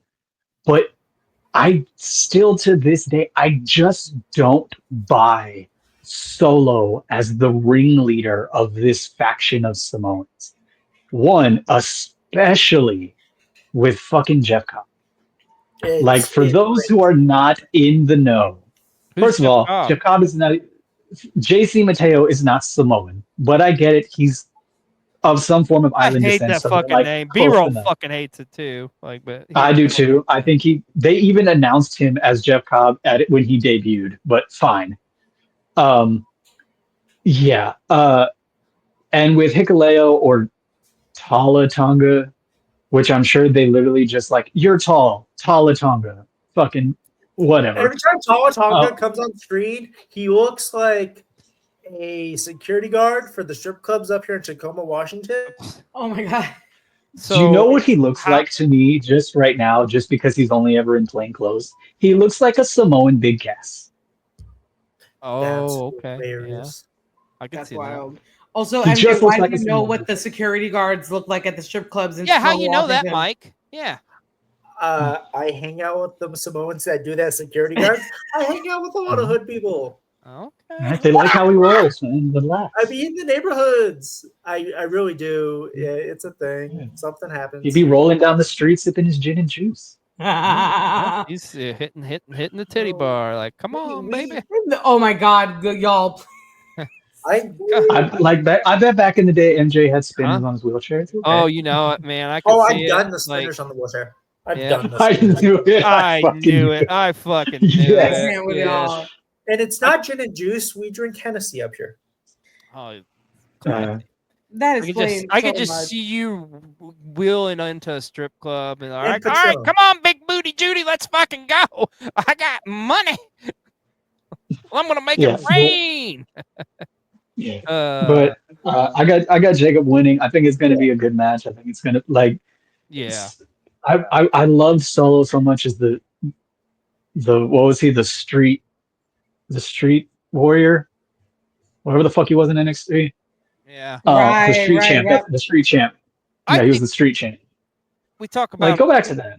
Yeah, we talk about acknowledging, these like the stuff Solo's done over the past. Like, isn't it crazy how opposite of a character he is when he first started with the Bloodline to where he is now? Mm-hmm. Like, it's crazy to me to think. Yeah, he's grown, and I'm not saying he hasn't grown in a bad way. It's just I don't know if it's just the cadence of the way he speaks or whatever. Like I just don't buy it, and maybe that's my fault for when I think of leading a Samoan nation, I immediately think of Roman, and Roman is such this larger than life big bad character that it just kind of almost to Solo's detriment, it's like very much lesser than, it's Timu version. But Solo's been doing really good work. He's great in the ring. I think he has the same problem that they did with Rusev. They made him wear shoes and he lost his character dynamic. The issue with me for Solo is not that he's not talented, like what everyone else has said. He did amazing work in NXT. When he first got called up, he was a powerhouse. WWE doesn't know how to book threatening comedian characters. Yeah, You can either be one one or the other. They barely got by with it with Roman, and that's because they had Sami Zayn as the catalyst. Solo's hilarious. Solo's incredibly funny, but WWE has this thing where if you're funny, you also can't be super taken seriously, and it can only be one or the other. Yeah, Solo can be both. They just need to learn how to balance him out correctly. Like, once again, Jacob Fatu in real life apparently is hilarious, but they don't sell him that way on the screen. If you see him as a threat. If they would have wanted to keep Solo as a threat, they would have never had him lean into the comedic acts. But that's where they don't see Solo like that. They see Jacob like that. Yeah. When in reality, Solo is being done a disservice because he can do it all. I really do feel like Solo can do it all. Yeah. Jacob on the new WWE show, so fucking funny. He is. Oh yeah, he's hilarious. He clowns around during backstage, and it's so great. I can't believe. I saw like a clip with him and Punk. I saw a clip of where he's like Punk leans over and says, "I love you, Solo." He's like, "I love you too, Punk. After this, can I get a picture with you?" And he's like, "Yes, absolutely." Hell yeah. Or like that video that came out years. And it also that video that came out years ago of him. The video that came out years ago of him fanning over the boogeyman. Like, he was so hyped to see the boogeyman. Like, that was good. But yeah, like they did the same thing with Jay. Jay was incredibly a threat along with Jimmy when the Bloodline was a serious faction. And then Yeet got involved and Jay lost all of his bite. Fact. The Bloodline separated, Jimmy lost all of his bite because they leaned into them being more comedic, crowd popular characters. Yeah. WWE needs to fix their writer's room. That's the problem, because Solo can sell it. It's just that he's selling what they're giving him, and what they're giving him isn't working. So with who I want to win, I want Solo to win. If we're going to take Solo serious, he has to beat someone like a Jacob clean. Yeah. Just like what Pat said, where he wants a drag out brawl with Gunther and Punk. I want a drag out brawl with Solo and Jacob. To prove that Solo can go in the way that people expect of a Bloodline member, as someone that's supposed to be leading the Bloodline, you should be moving like that. Solo can move like that. He just needs the time to be able to show it. Makes sense. Yeah, no, but I agree with that. Like I'm not gonna be shocked if Solo wins it, because I mean I think don't be shocked if come January Jacob Fatu is walking away winner of the Royal Rumble. Mm-hmm. I think that's the trajectory where he's going. So if he gets that U.S. title back, there's a lot of. Here's the thing: it's gonna help Solo more if he retains versus if Jacob wins the title back. Jacob doesn't need the title. Yeah, like Jacob has this aura. He already had this aura about himself. Like he doesn't need that championship. Like. He can easily go on and do other stuff, and he'll be fine. I do have a question for y'all, or a hypothetical fantasy booking type thing, because he did just. I mean, it's both JC and Tala, and all Jacob has is Jimmy. We did just see him in TNA, who now has a working relationship with WWE. Is there a possibility we see Zilla? I don't know if we see Zilla. I think we see the other one. Lance? No, Tungalola. Yeah, Oh, yeah. When he comes back, I think he's going to be on Jacob's side. I got a feeling. Yeah, Oh, I thought Tongaloa did come back. I thought it was Tamatonga that's still out. that's what I meant. I think. oh yeah, Tama Tonga- Tamatonga. Yeah. Yep. They all sound the same. Yeah. I'm not gonna lie, I'm very disappointed that Zilla debuted in TNA as opposed to WWE first. Well, he's still under House of Christy. Glory, isn't he? Whoa, well, hold on a second. Chrissy, what are you talking about? He did debut in WWE. He was on WWE Slammiversary on the pre-show. He debuted in WWE. That counts. It's their other developmental. I swear nobody can convince me not the TNA is no more. That's WWE. That's Mm-hmm. WWE But, Impact. yeah. That's the Slammiversary. WWE Bound for Glory coming up. All that. Anyways. And I Anyway. will say, and again, this is a side pivot, but just because he was also involved, it just kind of warms my heart a little bit that at WWE Slammiversary, or just on a technical, pretty much a WWE themed product, fucking Enzo is back. I'm so hyped. It was I the fucking love irony Enzo of that Amore. was hilarious. The irony of that was really funny. Yeah. I mean, he was wrongfully fired. Oh god. Well, let's talk about this one. The Intercontinental title damn it. is on the line with Dirty Dominic Mysterio. He's finally been cleared after that horrific injury, and he will face the phenomenal AJ Styles. I think the real question here is, guys, do you think Dom's really going to be 100% going into this? I mean, because that was a pretty You're so brutal, funny. You're so injury he funny. was coming off of, man. You're so I mean, funny. I know, thank God he has a Switch too, thanks to Roxanne, to kind of like take his mind off of things and kind of and just because he's AJ Styles, man, it's a phenomenal one, man. Can Dirty Dom live up to the No. greatness of his father? And I mean Eddie Guerrero, of course, and successfully retain the Intercontinental title at SummerSlam? Dom is wiping AJ. I'm so sorry to tell y'all. I don't know what the fuck you think this channel is, but like Dom's wiping AJ. First of all, I mean hold Max. on, Max. hold on, time out, Max. stop. Max. You 10 hold minutes, on. 15 minutes hard. Max. You are not, absolutely not, going to disrespect Alan James Styles like that. I was about to say Absolutely the the same the thing. fuck full not. government. And You are not. I understand the importance of AJ Styles, and I am still an AJ Styles fan. I'm not saying that I'm not excited for this match for both performers. It's gonna be a great match, but are we really gonna think that with the heat Dom has right now, showing up in AAA, the work that he's been doing, the online work, the interviews, the merch sales, everything else, that they're taking the title off? Yes, because just for that fact, I think he's going to be away from TV to do stuff in Mexico. I counteract that because it would make more of an impact if he already had a belt, which threatens him being a double champion with another company's belts.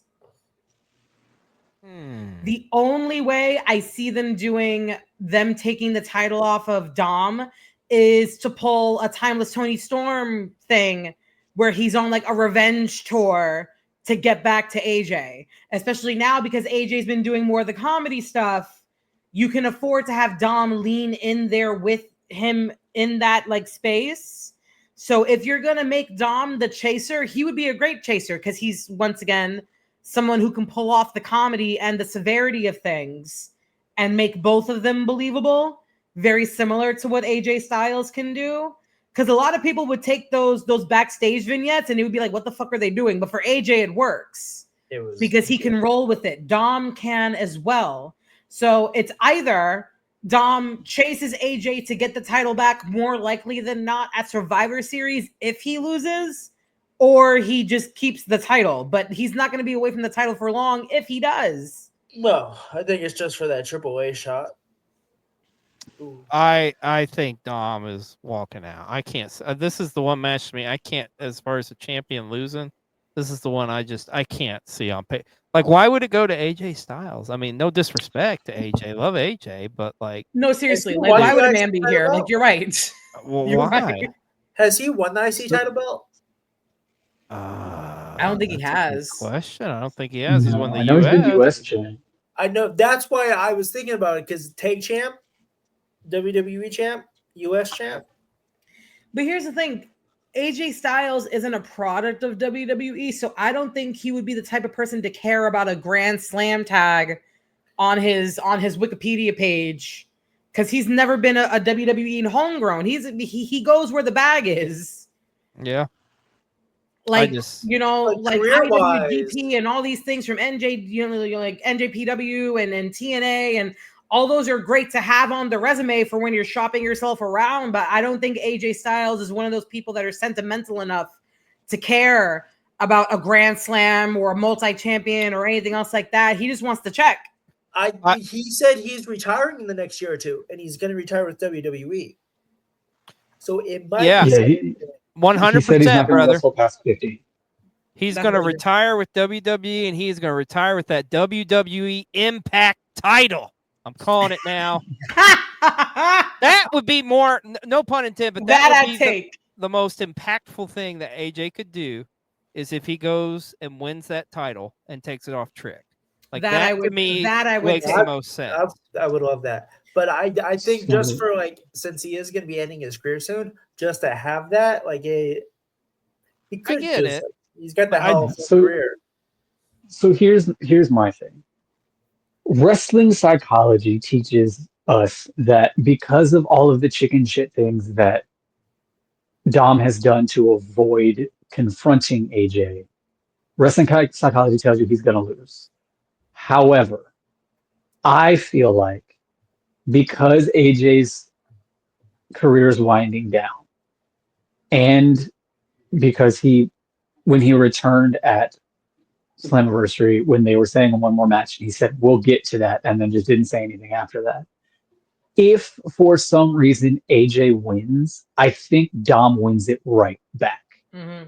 Like it's just hey, you have it, cool, you had a good feel-good moment. It's going back on Dom. Even though I don't think AJ cares about it, I think fans of AJ would care that he got a Grand Slam in WWE. The match itself is going to be good. Here's my thing on Dom. I have been very, very critical of Dominic Mysterio since his debut. This is how we said it before. This is how me and MJ became friends. Like, I have been very critical of Dom. In the years since and up leading to this point, Dominic Mysterio character work has been phenomenal. No pun intended. He has done great character work. My only slight small caveat to anything that has to do with Dominic Mysterio is Dominic Mysterio cannot carry a match. He needs someone in there that is going to basically be the workhorse for it. I'm not saying he can't go, because he definitely can. But when you look at the big matches and the big things that he's done, the triple threat or the fatal four-way, I'm sorry, but Penta and Braun carried that. Like I'm sorry, it is what it is. Like his match with Cody, there's someone there to make Dom look like $1 million. And to their credit, they have.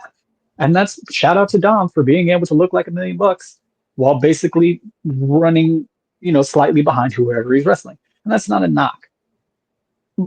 So this match, I have a feeling is going to be just whatever the outcome may be, is going to be a good match because AJ Styles ring psychology off the fucking charts. Like that man, the nickname is so fitting for AJ because he really and truly is fucking phenomenal in the ring. The thing that I think more tips it to Dom is, while I have personally enjoyed it and while I've gotten a huge kick out of it, I think the comedy that AJ is doing kind of is like leaning him away from actually winning. I think it was good for the moment. I think it was good for TV, just to make sure that story stays fresh in people's minds. But I still think that Dom walks out with it. Again, there are so many different ways you could go about this. If you want to have Dom win and you send him over to AAA, and there's the whatever the abhorrent or adherent fear of two separate companies belts on one person. You can have AJ go down to Mexico and screw Dom against Vikingo. Like, or again, you could have Dom lose the title to AJ and then go down to Mexico and beat Vikingo, which I don't think he's gonna do because Jesus. But yeah, this is one of the only matches on the card that I'm really not sure.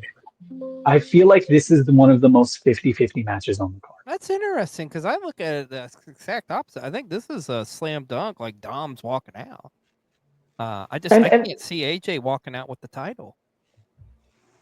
Again, like I said, and that's fine. Like everything's subjective. I'm not saying you're wrong. I just think for me, like it can work in so many ways. Mostly all of those ways are in Dom's favor, which he absolutely deserves. Like Dom has been doing great fucking work. He's also one of the ones that's keeping kayfabe alive. Like he's the asshole outside of the ring that he is inside of the ring. And smarter fans like us know that Dom is not really an asshole, at least not all of the time. But he's doing so well with the character work and in interviews and stuff like that that you almost believe it. And that is when you detest a wrestler for their character, that means they're doing their job. Like if you and me and Christy talked about this a while back when early main roster Kevin Owens, I like visibly detested main like you're such a pompous ass. And then I sat back and thought about it. I was like, no, I'm like, he's actually doing a really good job. Shit. Like, he's actually making me hate him. So good for you. I still stand on it. I made a video about it several months ago, but I still stand on my premise. Dominic Mysterio is a better heel than MJF. I agree with that.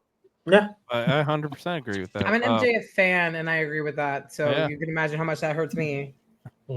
Mike, who did you say? Did you say who you thought? I had AJ. Oh, okay. All right. Well, Yeah. I still got interesting. Yeah. Well, we'll see what happens this Sunday for the men's Intercontinental title. But let's talk about the women's Intercontinental title is on the line. It's Becky Lynch and Laya Valkyria part 3. I think we're in part 3. Yeah. I think this is a rubber match. Yeah. Yeah, this is the rubber match. So, oh my God. Okay, I see Pat down here. Like, you're not into this, are you?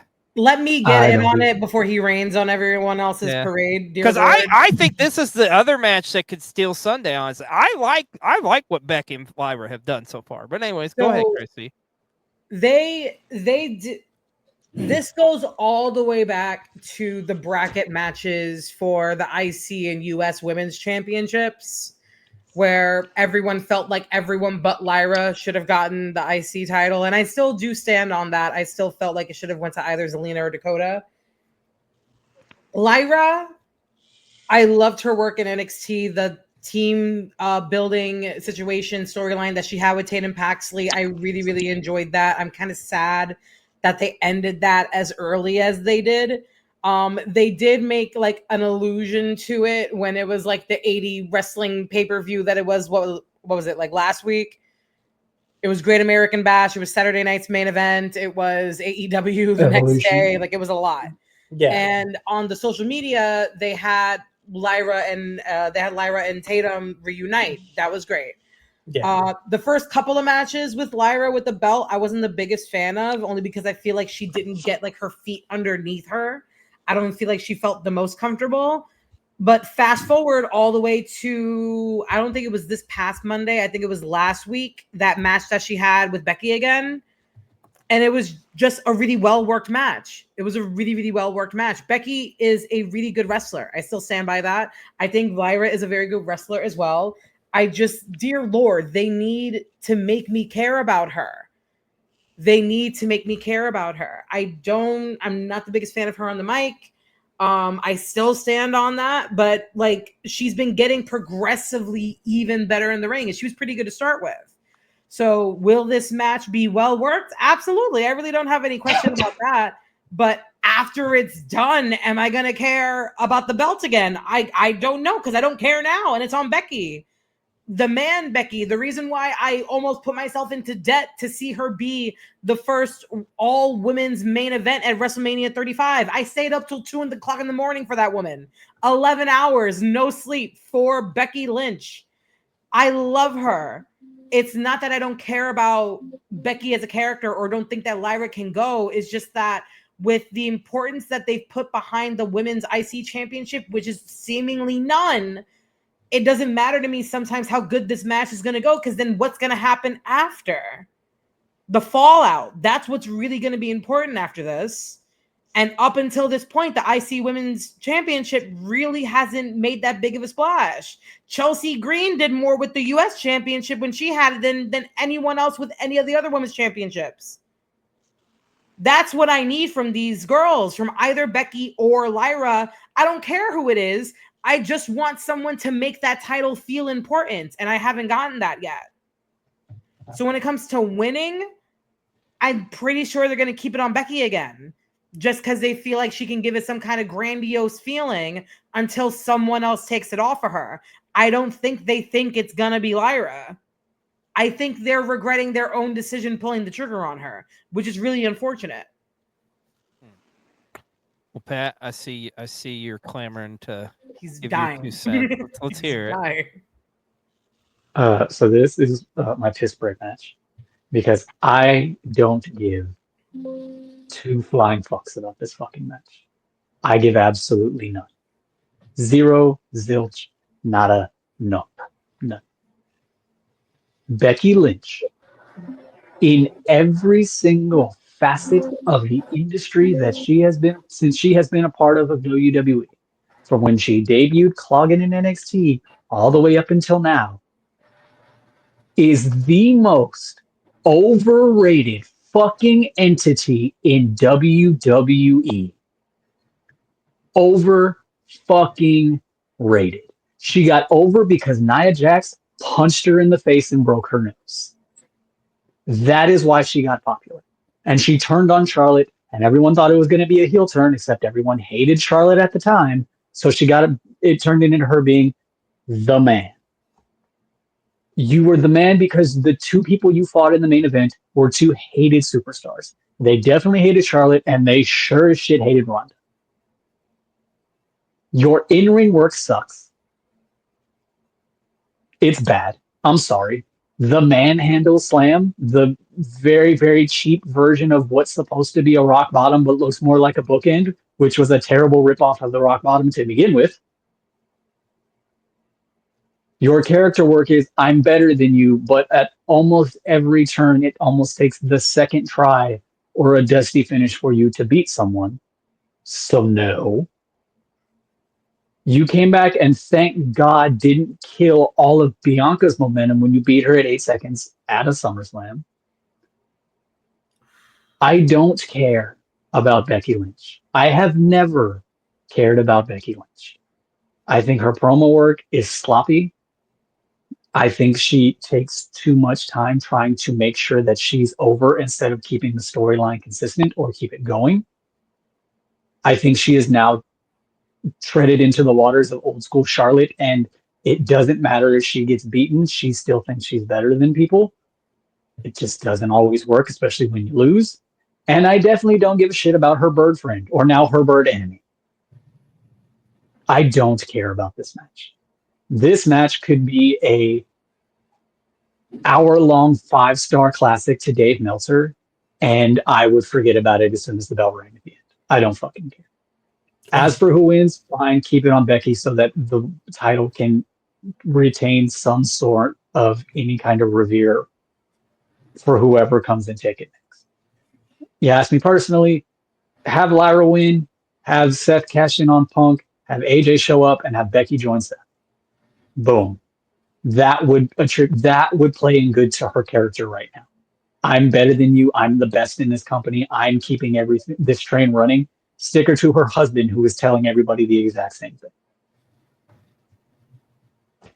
Randall. Okay. Well, I'm going to say this first.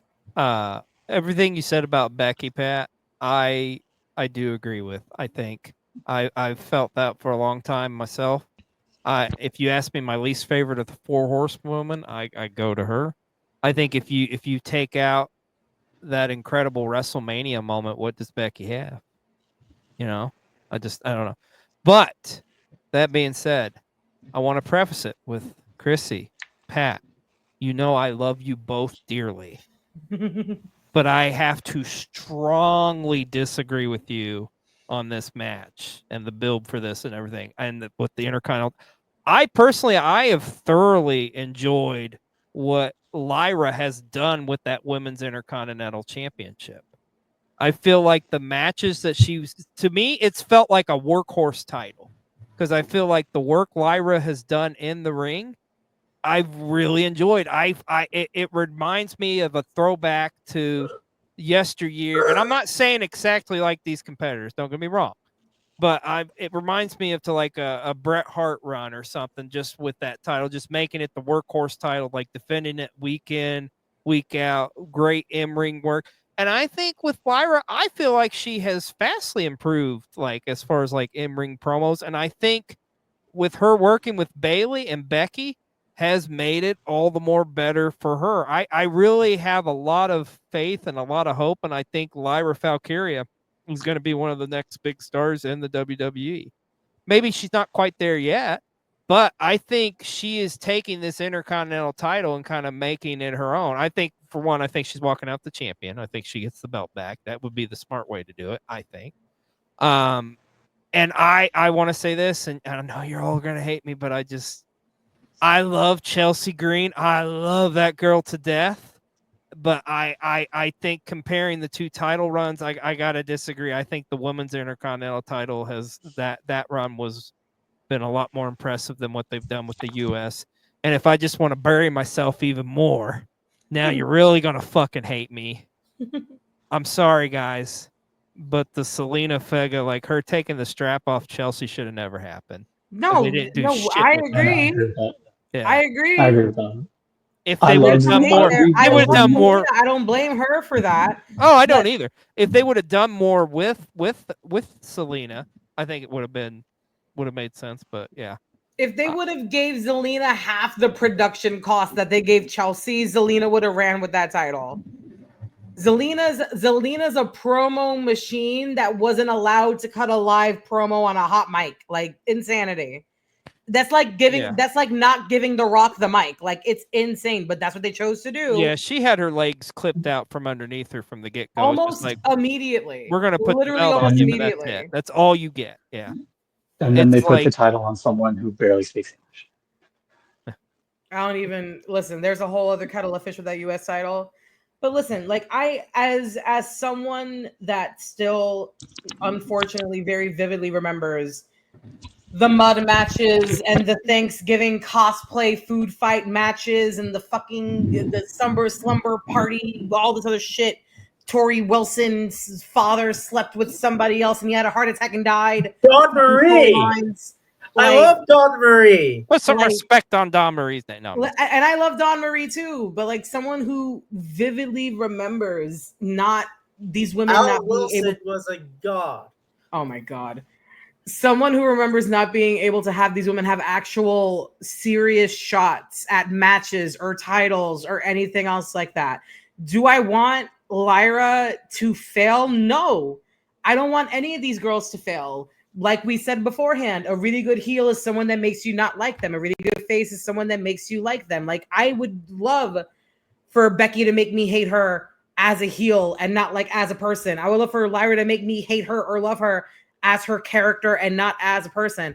That's what I want for these women. I want for them to get these shots. They should have multiple women's matches on a PLE weekend. This is what it should be. Lyra's still starting out. Lyra's still fairly early in her career. For all we know, 10 years from now, this will just be like a small clipped footnote in comparison to the great career she could possibly have. All we can do is just sit back and watch and just hope for the best. I think there's a killer amount of potential with her. I just feel like I think she's going to be somebody you're going to be talking about for years. And I'll say this too, with this matchup, with this feud, this rivalry, like I can tell you, I was there. You were there too, Chrissy. Night 2. when Becky come out, like my section, anyways, it was just kind of like, oh, okay. I mean, yeah, it was still loud in the arena, but it wasn't the loudest pop of the night by any means. Patrick said it earlier where Becky's verging on Charlotte territory. And for me, Becky's verging on Charlotte territory in terms of people getting overstimulated on her. Yeah. Like she might need to let people miss her for a little bit.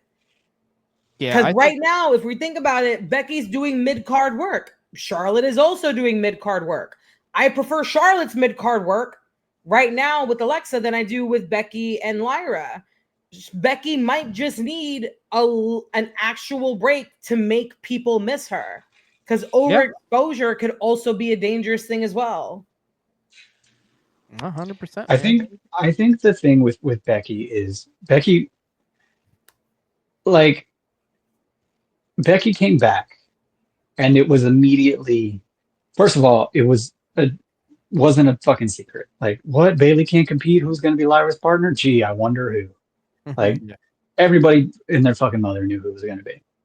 But I think the thing was they brought her back, and it was like, yeah, we're glad to see you. Congrats on, the book, the mother, like all the praise in the world for Rebecca Quinn. But they brought her back, and it was instantly back to, I'm the fucking best here. Everybody else bow at my feet. It's like, you have been gone for a while. The landscape is no longer the same. And the thing with wrestling, especially wrestling these days, with social media being so prevalent as what it is wrestling in a storyline sense, just the wrestling universe moves so fast. So when you're gone for as long as you have, and this is actually credit to the women's division.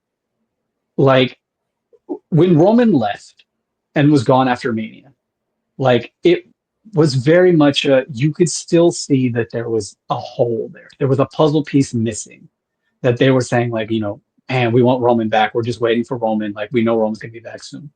In the women's division, Becky left, and the women's division kept fucking pushing.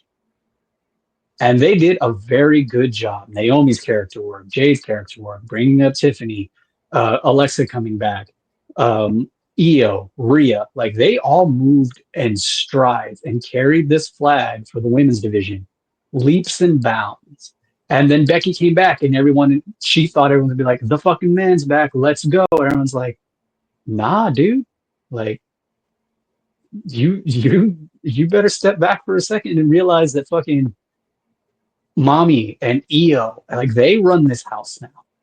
Like, Io for sure has been a fucking trooper, because not only was she the champ for as long as she was, 2 fucking times, but even Io, I think, and this is just personal, like, just based off the top of my head, I could be wrong, but I think Io was the most active main roster champion, at least like top champion, out of anyone in the past, like, maybe 3, 4, 5 years. Because even when she was champ, she was on TV every week. She was wrestling almost every week. Like, she was going. And that is a huge credit to Io. I still hate that I have to call her Io Sky, because I just feel like she's still just Io Shirai. But yeah, like, again, with how wrestling is these days, and again, this is such a credit to the women's division, it has moved so fast that Becky is kind of, I mean, now that she's back, it wasn't, but for a moment there in time, Becky was kind of an afterthought. It was like, yes, we know Becky is out doing the mom thing and everything like that. Like, we hope she'll come back soon. It's fine. But for now, we need to focus on what's going on TV in the moment. And if you're not there all of the time, people tend to kind of be like, oh yeah, I forgot you're here or you're back and things like that. Like, honestly, where the hell's Bianca? I was just thinking that, but I think isn't she hurt though? I think she's been hurt though. Yeah. Is she? I knew she had an injury. I didn't know if she was still injured. But it's pretty bad. That's why they just had her do that spot in Tennessee, and then the guest referee thing. Yeah, so now with Charlotte came back and won the Rumble. And for a minute there, I was like, fucking A, god damn it. Like, Charlotte wins, lol, Omni Flair, Wrestle Talk, that whole gimmick, that shit made me laugh every time they had her on screen and then she would fart. It was great. Um, but then like this shift happened where she almost like she was there, but she wasn't. Like you would see her backstage or she would have a match or two, but she wasn't the focal point. And then they stuck her with Bliss. And again, it's that it seems very much like a big sister, little sister dynamic, and it just works, especially in the mid card. Like, I feel like Becky is trying to be a top champion while still while still wrestling for a mid card title. If that makes any sense. Mhm. Interesting. Mike, what about you? Who you got in this one, buddy? I have Lyra, Okay. but I have to give Becky Lynch her due because of all the things that get said to her on the IWC, that she's regularly coming out the red and yellow gear because of the Becky. Oh, I don't Hogan think she's cover. that bad. I don't think she's that bad. I know. I'm just saying the fact that she's fed into the Becky Hogan comments and she's now wearing that yellow jacket with the red shirt. Oh yeah, and trolling the fans. Yeah. Yeah, fucking phenomenal work. But I have Lyra. Yeah. Yeah. Well, speaking of great women's matches, let's talk about this one. I'm fucking ready. Yes, let's fucking I'm up. go. I'm up. I'm awake. I'm awake. Your triple threat for the WWE Women's World Title. It's Naomi defended against Rhea Ripley and Io Sky. Oh man, this is gonna be good. Like as great as Rhea and Io was at Evolution, putting Naomi in there, like oh shit, dude, this is gonna be so fucking good. I'm pumped for this. Naomi's winning, by the way. Like there's no fucking way if they take Yeah, I this have off Naomi of winning Naomi. too. I'm rioting. I'm sorry, Rhea. I'm sorry, Io, but no, fuck no. Like Naomi needs a long ass run, and I'm here for it. I can't wait. Chrissy, tell us Like- what your juice is going on this one. This literally goes back to what Pat said maybe like 45 seconds ago, where the upperclassmen left. Charlotte left, took her break. Becky left, took her break. Bailey is somewhere out in the ethos, hoping to be seen, and the new classmen stepped up. Io's been there. To be fair, Io's been there. Naomi's been there. But these versions of themselves, these versions of their current characters have stepped up and have been noticed and have been seen and have been appreciated and loved by the diaspora. And these women have done such great jobs, all of them individually. Crazy work. Crazy work. Is it a little weird to basically have like a swap of like WrestleMania 41 with just a different black girl? A little bit. Like literally Holy it's Rhea shit, and I didn't even think Io about that. and not Bianca. A little bit, but if we're gonna be honest, Naomi did what she was supposed to do. She wasn't being appreciated fully. She went and did what Cody Rhodes did and upped her stock to the point where she became undeniable and they had to rehire her. I don't think a lot of people talk about that she did what the big boys do, the exact same thing, and it worked for her in the exact same way. But because she's a women's mid-carder, it doesn't have the same effect. No, it does have the same effect. She went out into the world and made people see her the way that we've always seen her, but for some reason the writers can't see it, and she forced them to pay attention. She's absolutely deliciously like hilarious as a heel. Oh It's my like God. walking Ursula. I'm obsessed. I love it so much on her. It looks so good on her. They found out that she was like a weird alt kid in high school and finally gave her like a good rock solid theme. Her aesthetic has changed for the better. I love the outfits that she's been wearing. Like her package is now fully complete. This is the best Naomi we've seen. Yeah, and don't get me wrong, I loved Glow Naomi. I love that she delved into her dance background, and made sense for that character at the time. All that's great. This version of Naomi is a different animal. It's a different animal, and it's what it's that thirst that we've been waiting for, some kind of a change, something different. And she hit the nail ridiculously on the head, like almost too exact. Like what Patrick said about Io. Io's been here working her ass off, either in Damage Control or singular matches or like stuff for like WWE Japan with Asuka. Like she's been putting in the work. Am I a fan of we're still doing I don't speak Japanese on like Monday night television? Not necessarily. I feel like we've kind of grown past that, but if that's all the writers got, that's what we got to work with. Io's been doing absolutely amazing. I was there for when she won the title at Mania 41. That pop was stupid. Ridiculously big. Dude, that was the match of the night too, by the way. That was incredibly match of the night. And then Rhea's Rhea. Rhea's an amazing worker. She knows her character inside and out. Like I will always refer to that Mick Foley quote where 10% of your character has to be you or it won't work. And Rhea went from that clean-cut, long-haired blonde working the Mae Young Classic to who she is now. And she's a fully realized version of herself. And you can tell that she's happy, and you can tell that she's comfortable in her own skin because this is who she is. And she's doing the best work that she's ever done.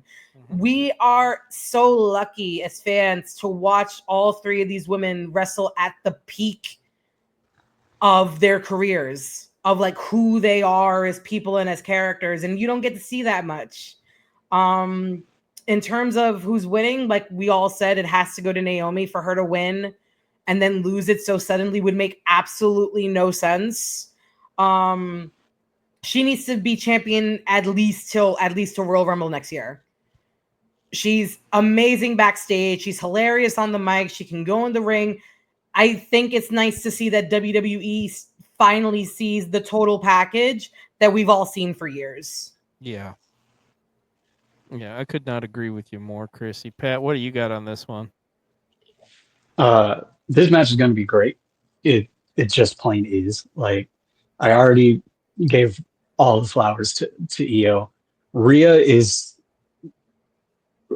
has reached this icon status that outside of pro wrestling, you know her. Yeah, that's like literally I've talked to people, and when I mention that I watch pro wrestling or that I make pro wrestling content, they're like, I don't know anything about pro wrestling except it's always been like, oh well, I know John Cena's back there, and then there's that one hot goth chick. I'm like, yep, that's Rhea. Like she has transcended into pop culture so much. And I was actually talking about this to Chrissy yesterday.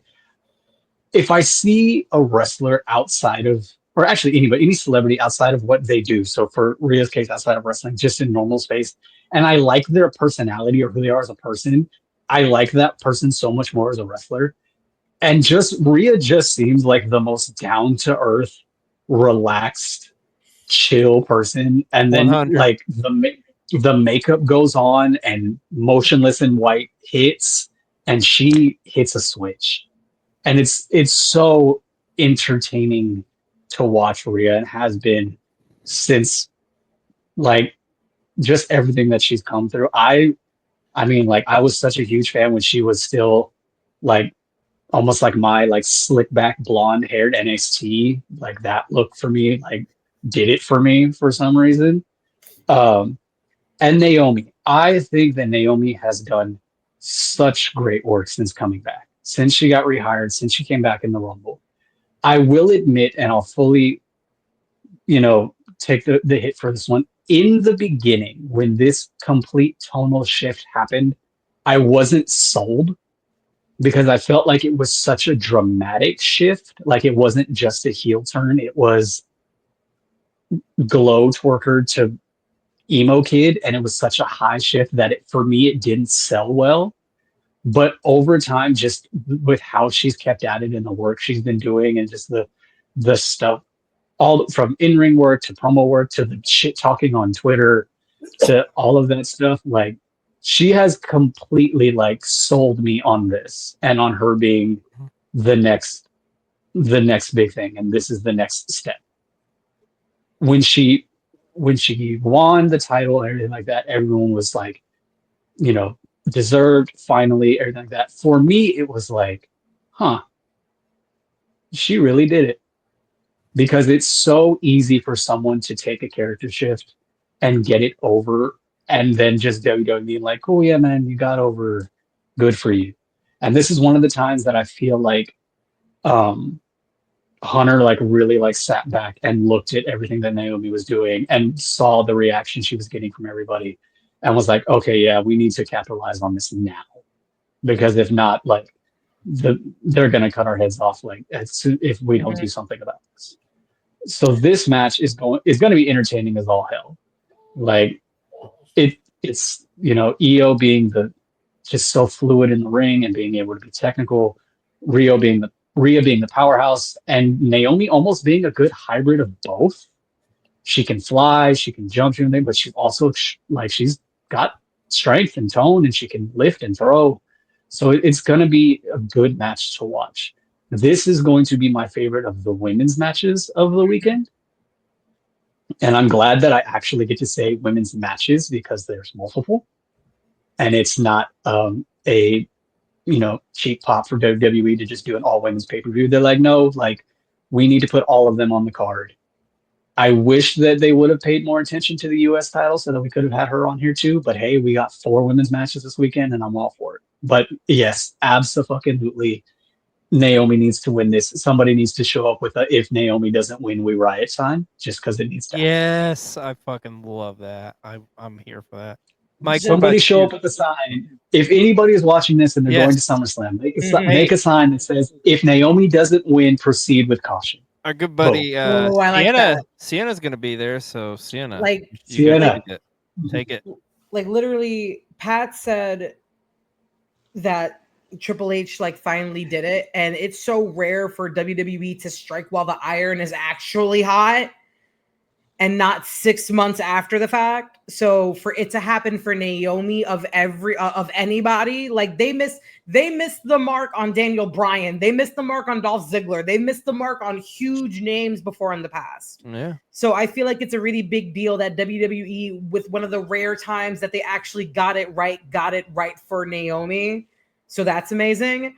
And just to speak to what Pat was saying beforehand about like Rhea's star power, does anyone remember when like TGI Fridays, yes. TGIF was big when like Sabrina and like all those shows used to run? And you remember how they would always have, you remember when like Stone Cold Steve Austin would do, like cameos and Mick Foley would show up in like Boy Meets World? If that was still like that type of like media that we would be consuming in 2025, all 3 of these women would be fucking everywhere, plastered everywhere. And it just goes to show, especially for industries where it's so hard for like POCs to get over, like a Black woman like Naomi, or a woman who English wasn't her first language like EO, for them to be as openly over, high merch seller over as they are. I'm so incredibly happy to be alive for this era of women's wrestling, because it's way too long coming and it couldn't have happened to more deserving, hardworking women than the 3 that are in this match. 100%. Just, on the subject of other media, because you brought it up, put Rhea in a Terrifier film. She wants to get killed in a Terrifier movie. I can totally see Rhea showing up in Terrifier. I can see EO showing up in like a Fast and Furious where she doesn't have to talk. She could just drive and look cool. As long as she does Naomi, this while she's driving. Like she does that. Like she hits a jump in the air while she's in the air. She does it. Yeah, like it'd be great. Like, and Naomi in their last movie, so I don't see why they couldn't do this one. Yeah. Mike, what about you, buddy? Who you got in this one? Oh, I got Naomi. Yeah, hands down. I think it's work on. Figured. So, well, we agree across the board. Naomi is going to walk out your champion, but we got one more match to talk about. It's the main event of night 2. You could argue the main event of SummerSlam. It is John Cena, Cody Rhodes 2, a rematch from WrestleMania. John Cena putting the WWE title on the line in a street fight. Don't you mean John Cena? John Cena? I really love. You got a big mouth, don't you know? I really love Santino. Who was recently on NXT? He fought for the North This American title. picture- Shout out Ethan Page. Yeah. Can we just talk about the fact that this picture does not do John any kind of favors? Like, he looks like Groot. Just dry, my lord. Dry as the Sahara. I'm just saying, listen, my Caucasian friends, it pays to moisturize. It really does. You see, my issue was the eyes, because that right eye looks Yeah. And dead. Cody Raheem Rhodes over here. I don't know. Yeah. But yeah, Peacemaker's winning. Peacemaker's winning. Yeah, John Now, Cena's one. See, this is to me, like, and you may think I sound crazy here. This is the one to me. You were talking about Dom and AJ. I'm 50-50. I don't know what the fuck they're going to do with this, because I just keep feeling like, because folks, what we're in practically the 7th inning here with Cena. Like, we ain't got that much more time.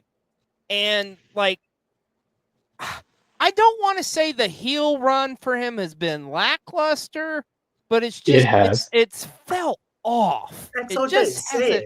I'll say it, because what was it? It was the turn at, what was it, Rumble? Was that when the turn happened? Yeah. Elimination Chamber. Oh, sorry, thank you. Elimination Chamber. So even further after Rumble.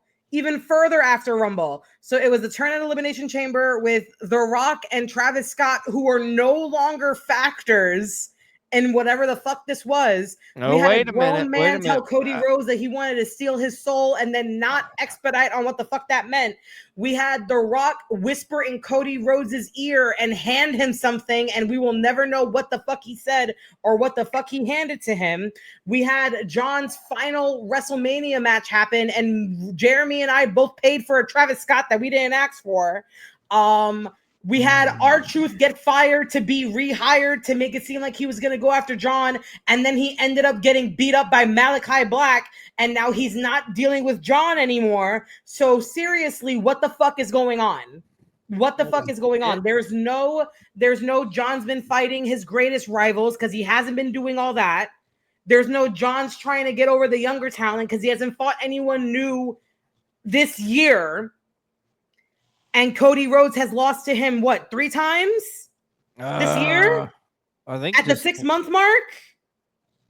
Like, what is happening? What is going on? It's been weird. It has been weird. I think here's the thing, though. I think as far as in like the chapter of what's Cena's last run here, I think come Sunday night in New Jersey, I think this is going to be a pivotal moment. And then I think WWE has an opportunity to kind of turn things, because they've kind of planted seeds for both these guys. They planted the seeds for Cena. Like there's times where he's had a little bit of doubt of some of his decisions, right? Like you see a little bit. And with Cody, it's kind of like, okay, now I'm realizing I got to do whatever the fuck I got to do. But you can go all the way back to that Saturday night's main event against Kevin Owens. All right? Because, I mean, he fucking used the belt to beat him, right? I mean, you remember what happened with Randy Orton in the finals to the King of the Ring? Like, I think I don't know. I think there's a huge opportunity here to where they can try to rectify Cena's last run. I think you can do a double switch.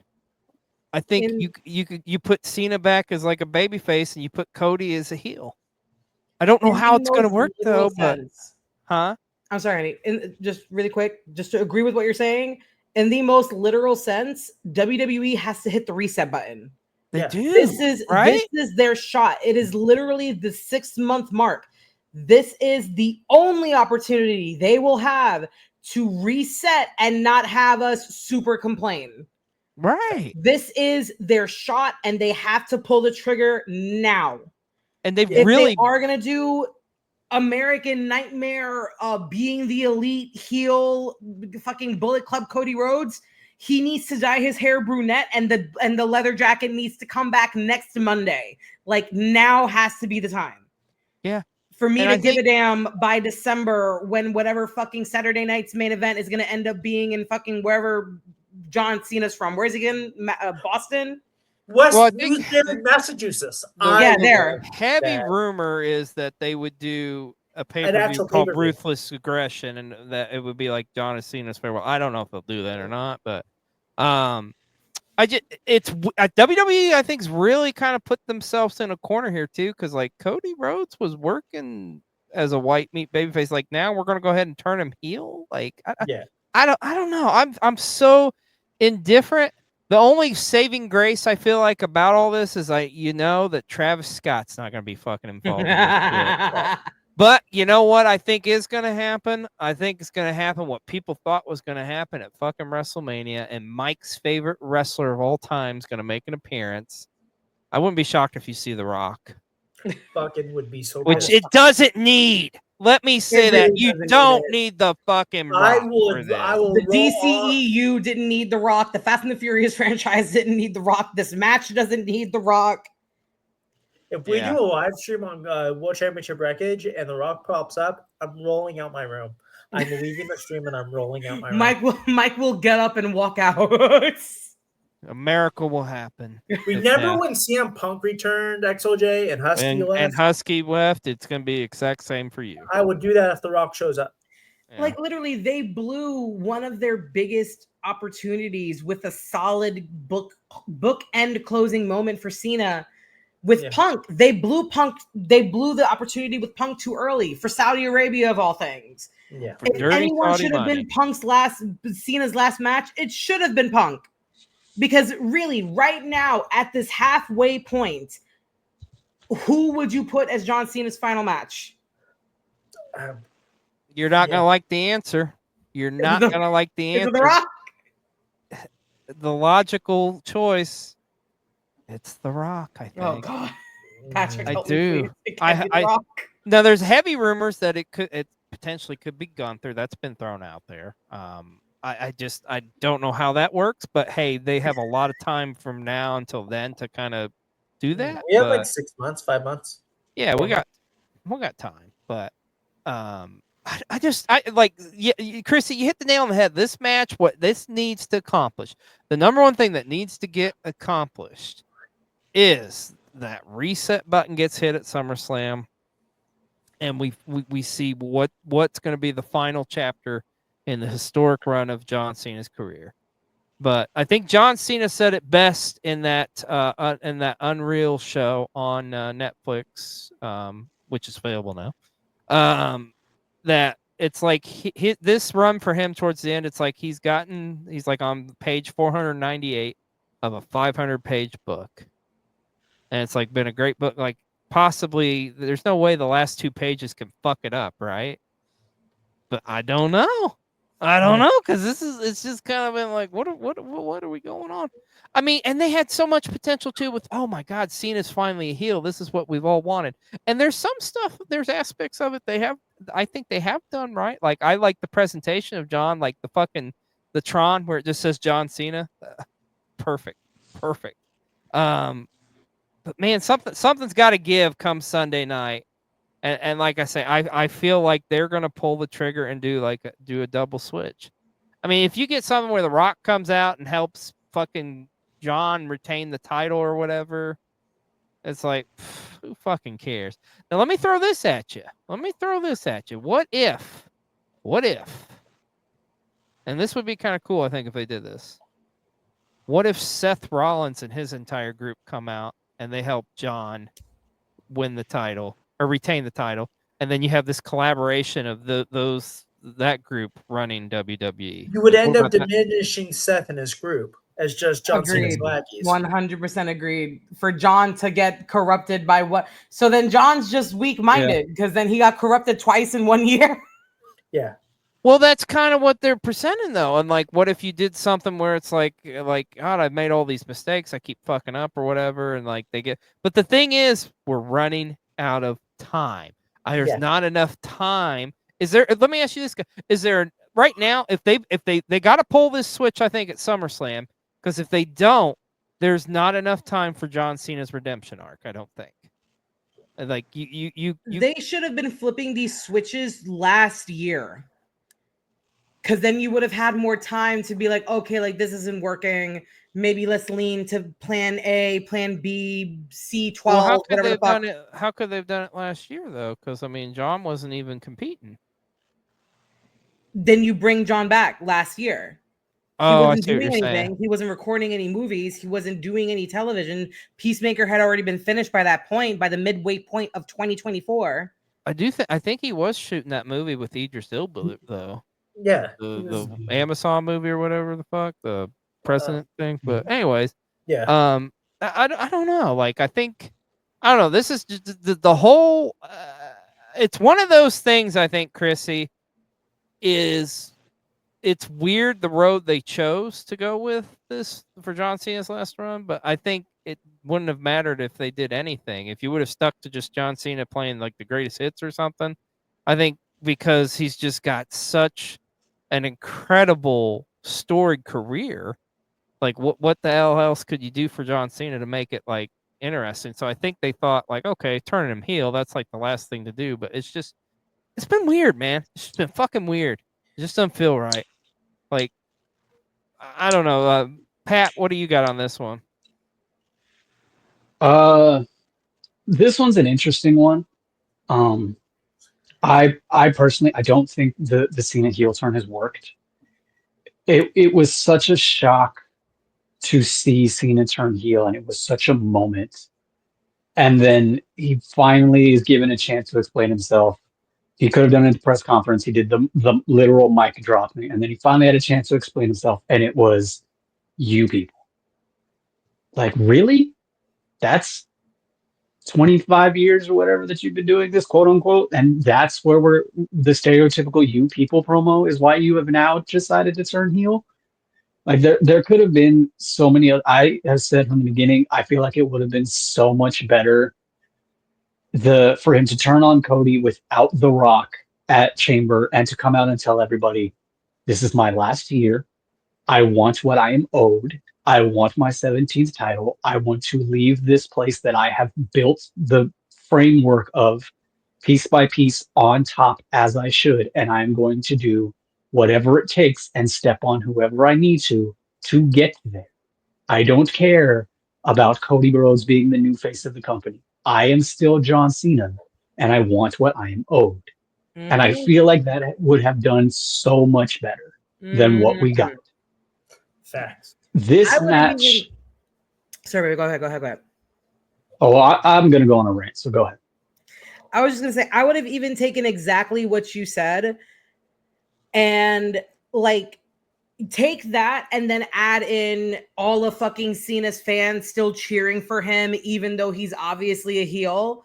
Don't have Cena. For me personally, I'm doing what Pat said, but I'm not having him win the title until the very last pay-per-view, like Punk leaving Money in the Bank with the belt. But the entire time, it's Cena stepping on people to get opportunities at the belt throughout the entire year. It's him Hulk Hoganing, backstage politicking the entire 2025 year to get every single title opportunity to get to 17.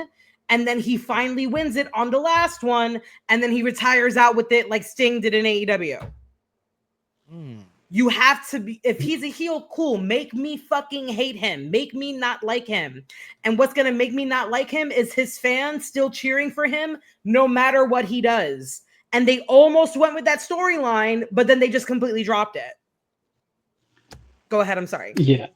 No, you're good. So the thing is, like, Cena is so good on the mic. Like, and I feel like his work is like really underappreciated because he is the white meat babyface, like face that he was for so long. But he's really good at cutting a promo. And I feel like now, just in like terms of, well, okay, well, Cena's a heel, he needs to cut a heel promo, and it's just low hanging fruit jabs or stealing other people's promo work. Like he basically word for word stole the pipe bomb. Like it's just, for me, it's just not working. It doesn't seem authentic. It seems like John Cena is playing a heel. He's not a heel. He's playing one. And that's that for me is kind of where the translation gets lost. I personally think, because I think if I like you tally it out right, I think after tomorrow or after Sunday, I think Cena has like 12 more dates. I think that's what it is. Yeah. So you got to figure after that it's 12. We're gonna be in August, September, October, November, December. That's 4 months. So you figure 3 appearances a month, give or take, depending. My thing is, I think Cody needs to win. I don't think WWE is going to turn Cody heel. I think they need a face to be the face of the company.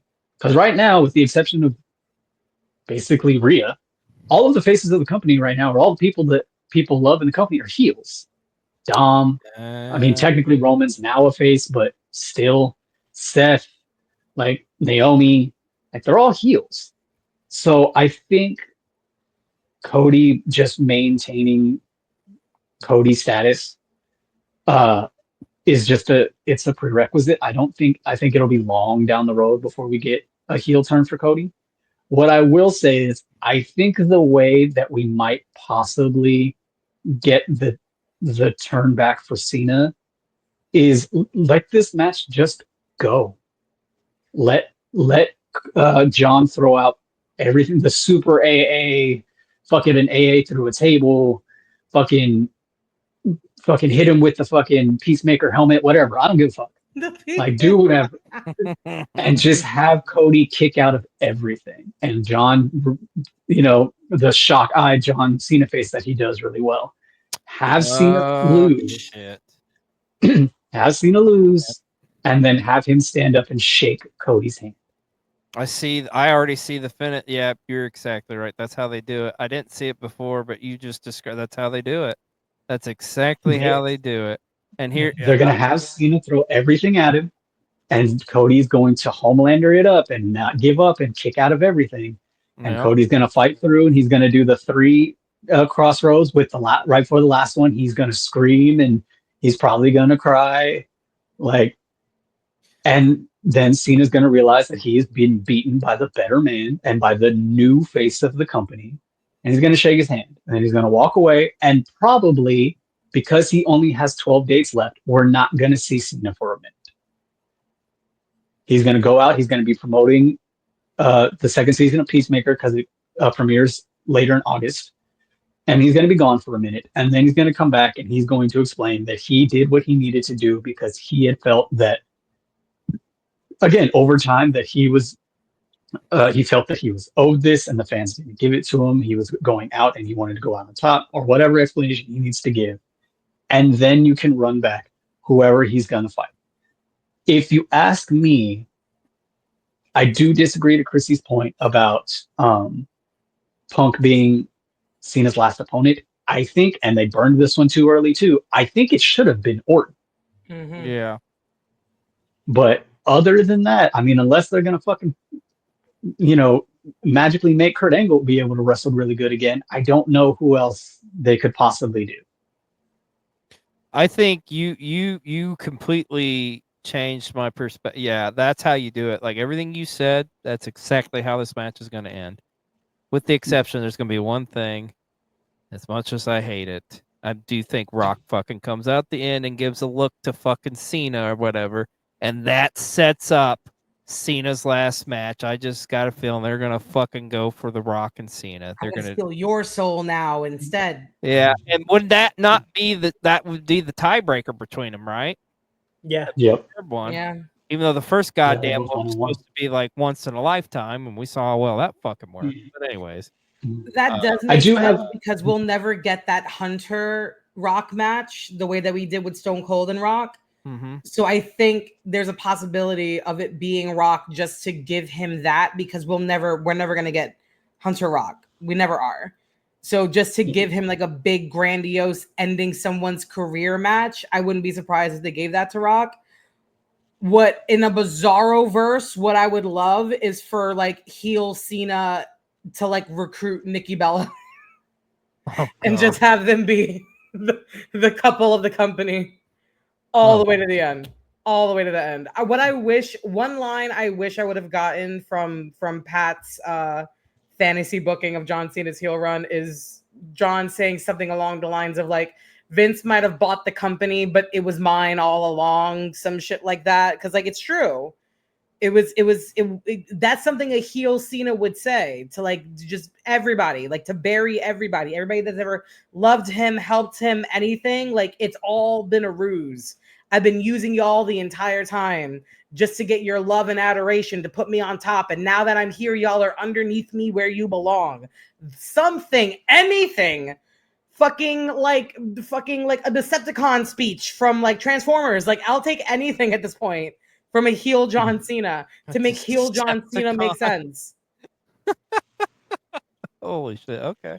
Give him fucking Starscream. God damn it. Yeah, there definitely needs to be some sort of something. But I love the picture you painted, Pat. I think that makes really sense. Good. It was really and I mean, it keeps Cody, because it really doesn't make sense to turn Cody a heel yet. So, Mike, what about you, buddy? What do you think on this one? I have Cena winning. Yeah. Oh, okay. Well, I think we're kind of, like I say, I think this one's kind of a 50-50. Like I could see it going either way, but it's going to be a huge talking point, I think, at the end of SummerSlam weekend. But man, what a weekend it is going to be. As we're about to wrap up our record long prediction show here. And we thank you so much for joining us. Really quick before we sign off. Yes. I guess technically this would be, I know Jeremy and you have talked about this before, but this would be the first ever edition of Walk with the Wise Man, where I just kind of rant about something for a second. Oh, and yes. Christy brought up something that then popped into my memory that I want to bring up. Long before I was the wise man, in almost every single facet of any kind of social media, in anything that I did, very much in a homage and reverence to Marty Scurll, I called myself the villain. I loved being the villain. I still, to this day, I sort of am one because how my personality comes across. But do you know what I love so much about being a villain? I love when I am right. And I love when I can sit back and literally watch what I say unfold. And what I mean by that is, if anybody follows me on TikTok, or if not, go ahead and check me out at Pat the Wise Man, all one word. Several months ago, I made 2 videos alluding to and talking about the abundance of outrage over the release of R-Truth. And I said that the level of support previously did not match the level of outrage. No one was clamoring for R-Truth beforehand until he got this last run. And then they announced he was going to get released. And everybody got their panties up in a bunch and all of this stuff. And we're supporting R-Truth and we're this. And to this day, since that maybe first week after his match against Cena, fucking crickets. Yep. No one is talking about fucking R-Truth. And do you know why? It's because you didn't give a shit about R-Truth to fucking begin with. You needed something to bitch and complain about, and so you picked that. And I told you all it was going to fucking happen. I told you he was going to get his extension. He may get a brief run after that, and then he was going to disappear again. And what do you know? I was fucking right. And that is why, despite many people trying and failing, you are not smarter than me when it comes to this shit, which is why they called me the wise man. Because I know more than you. And in the words of Maxwell Jacob Freeman, when it comes to wrestling knowledge, I'm better than you, and you fucking know it. Thank you for joining tonight. We just got a great promo to close out a prediction show. That's a first too. I like it though. So. Yeah. Like I like we normally do a Plugapalooza, but like I don't know, that's kind of hard to follow. Fuck man. Like I guess because people need to know where they can find you, Pat. You can find me on TikTok at Pat the Wise Man, where I do a lot of content like this. I call people out on their bullshit. I talk wrestling. I talk music, movies, sneakers. Just I'm a multifaceted individual. And if you would like to come see more of my beautiful face or hear my eloquent voice, you can find me there. Me and Chrissy have something in the works coming very, very soon. More details on that just in the coming days. And I'm always around on different things from PW60 and World Championship Wreckage, PW60 episodes, fantasy booking, Friday night movie night, wherever you need to see me. Just send Jeremy a message and say you want Patrick on, and I'll show up. You will. Be careful what you ask for, because he might send you something that you're not ready for. That's only for me. My eyes only. And I've secretly started up a Patreon for me just to know. Anyways, Chrissy, tell us where you can find you. All right, babies. My name is Christy Tina across all social media platforms. Please make sure that you check me out on TikTok. On this channel, who knows how much longer for, but I'm loud enough that you can probably hear me throughout the internet. Please make sure that you check me out on the Hi Babies podcast, where I will be having these lovely gentlemen on as soon as my Wi-Fi decides to stop hating me. And wow, I really didn't realize just how much you guys love us until Pat ran us down on the PW60 channel. I was like, man, you really can't find us everywhere on the PW60 channel. But we only hang out with people who have good quality takes and good taste, and it doesn't get better quality or better tasting than Xlj the Og and MJ Duplessis. We'll take it. Yeah. We're like a nice warm cream pie. There it is. Why did you say that for me? You didn't say that for him. You didn't say that for him. A warm cream pie. Now listen, I love locomotives as much as anybody else, Jared, but you gotta ask me on a date first. Yo. At least a drink. Fuck. Oh, fair enough. Michael? MJ the Bustless on all social media. You can catch me here wording the ropes every other Thursday. I will be starting in a couple weeks. Yeah. Taking over that. Hell yeah. For Xlj and OG and B-roll.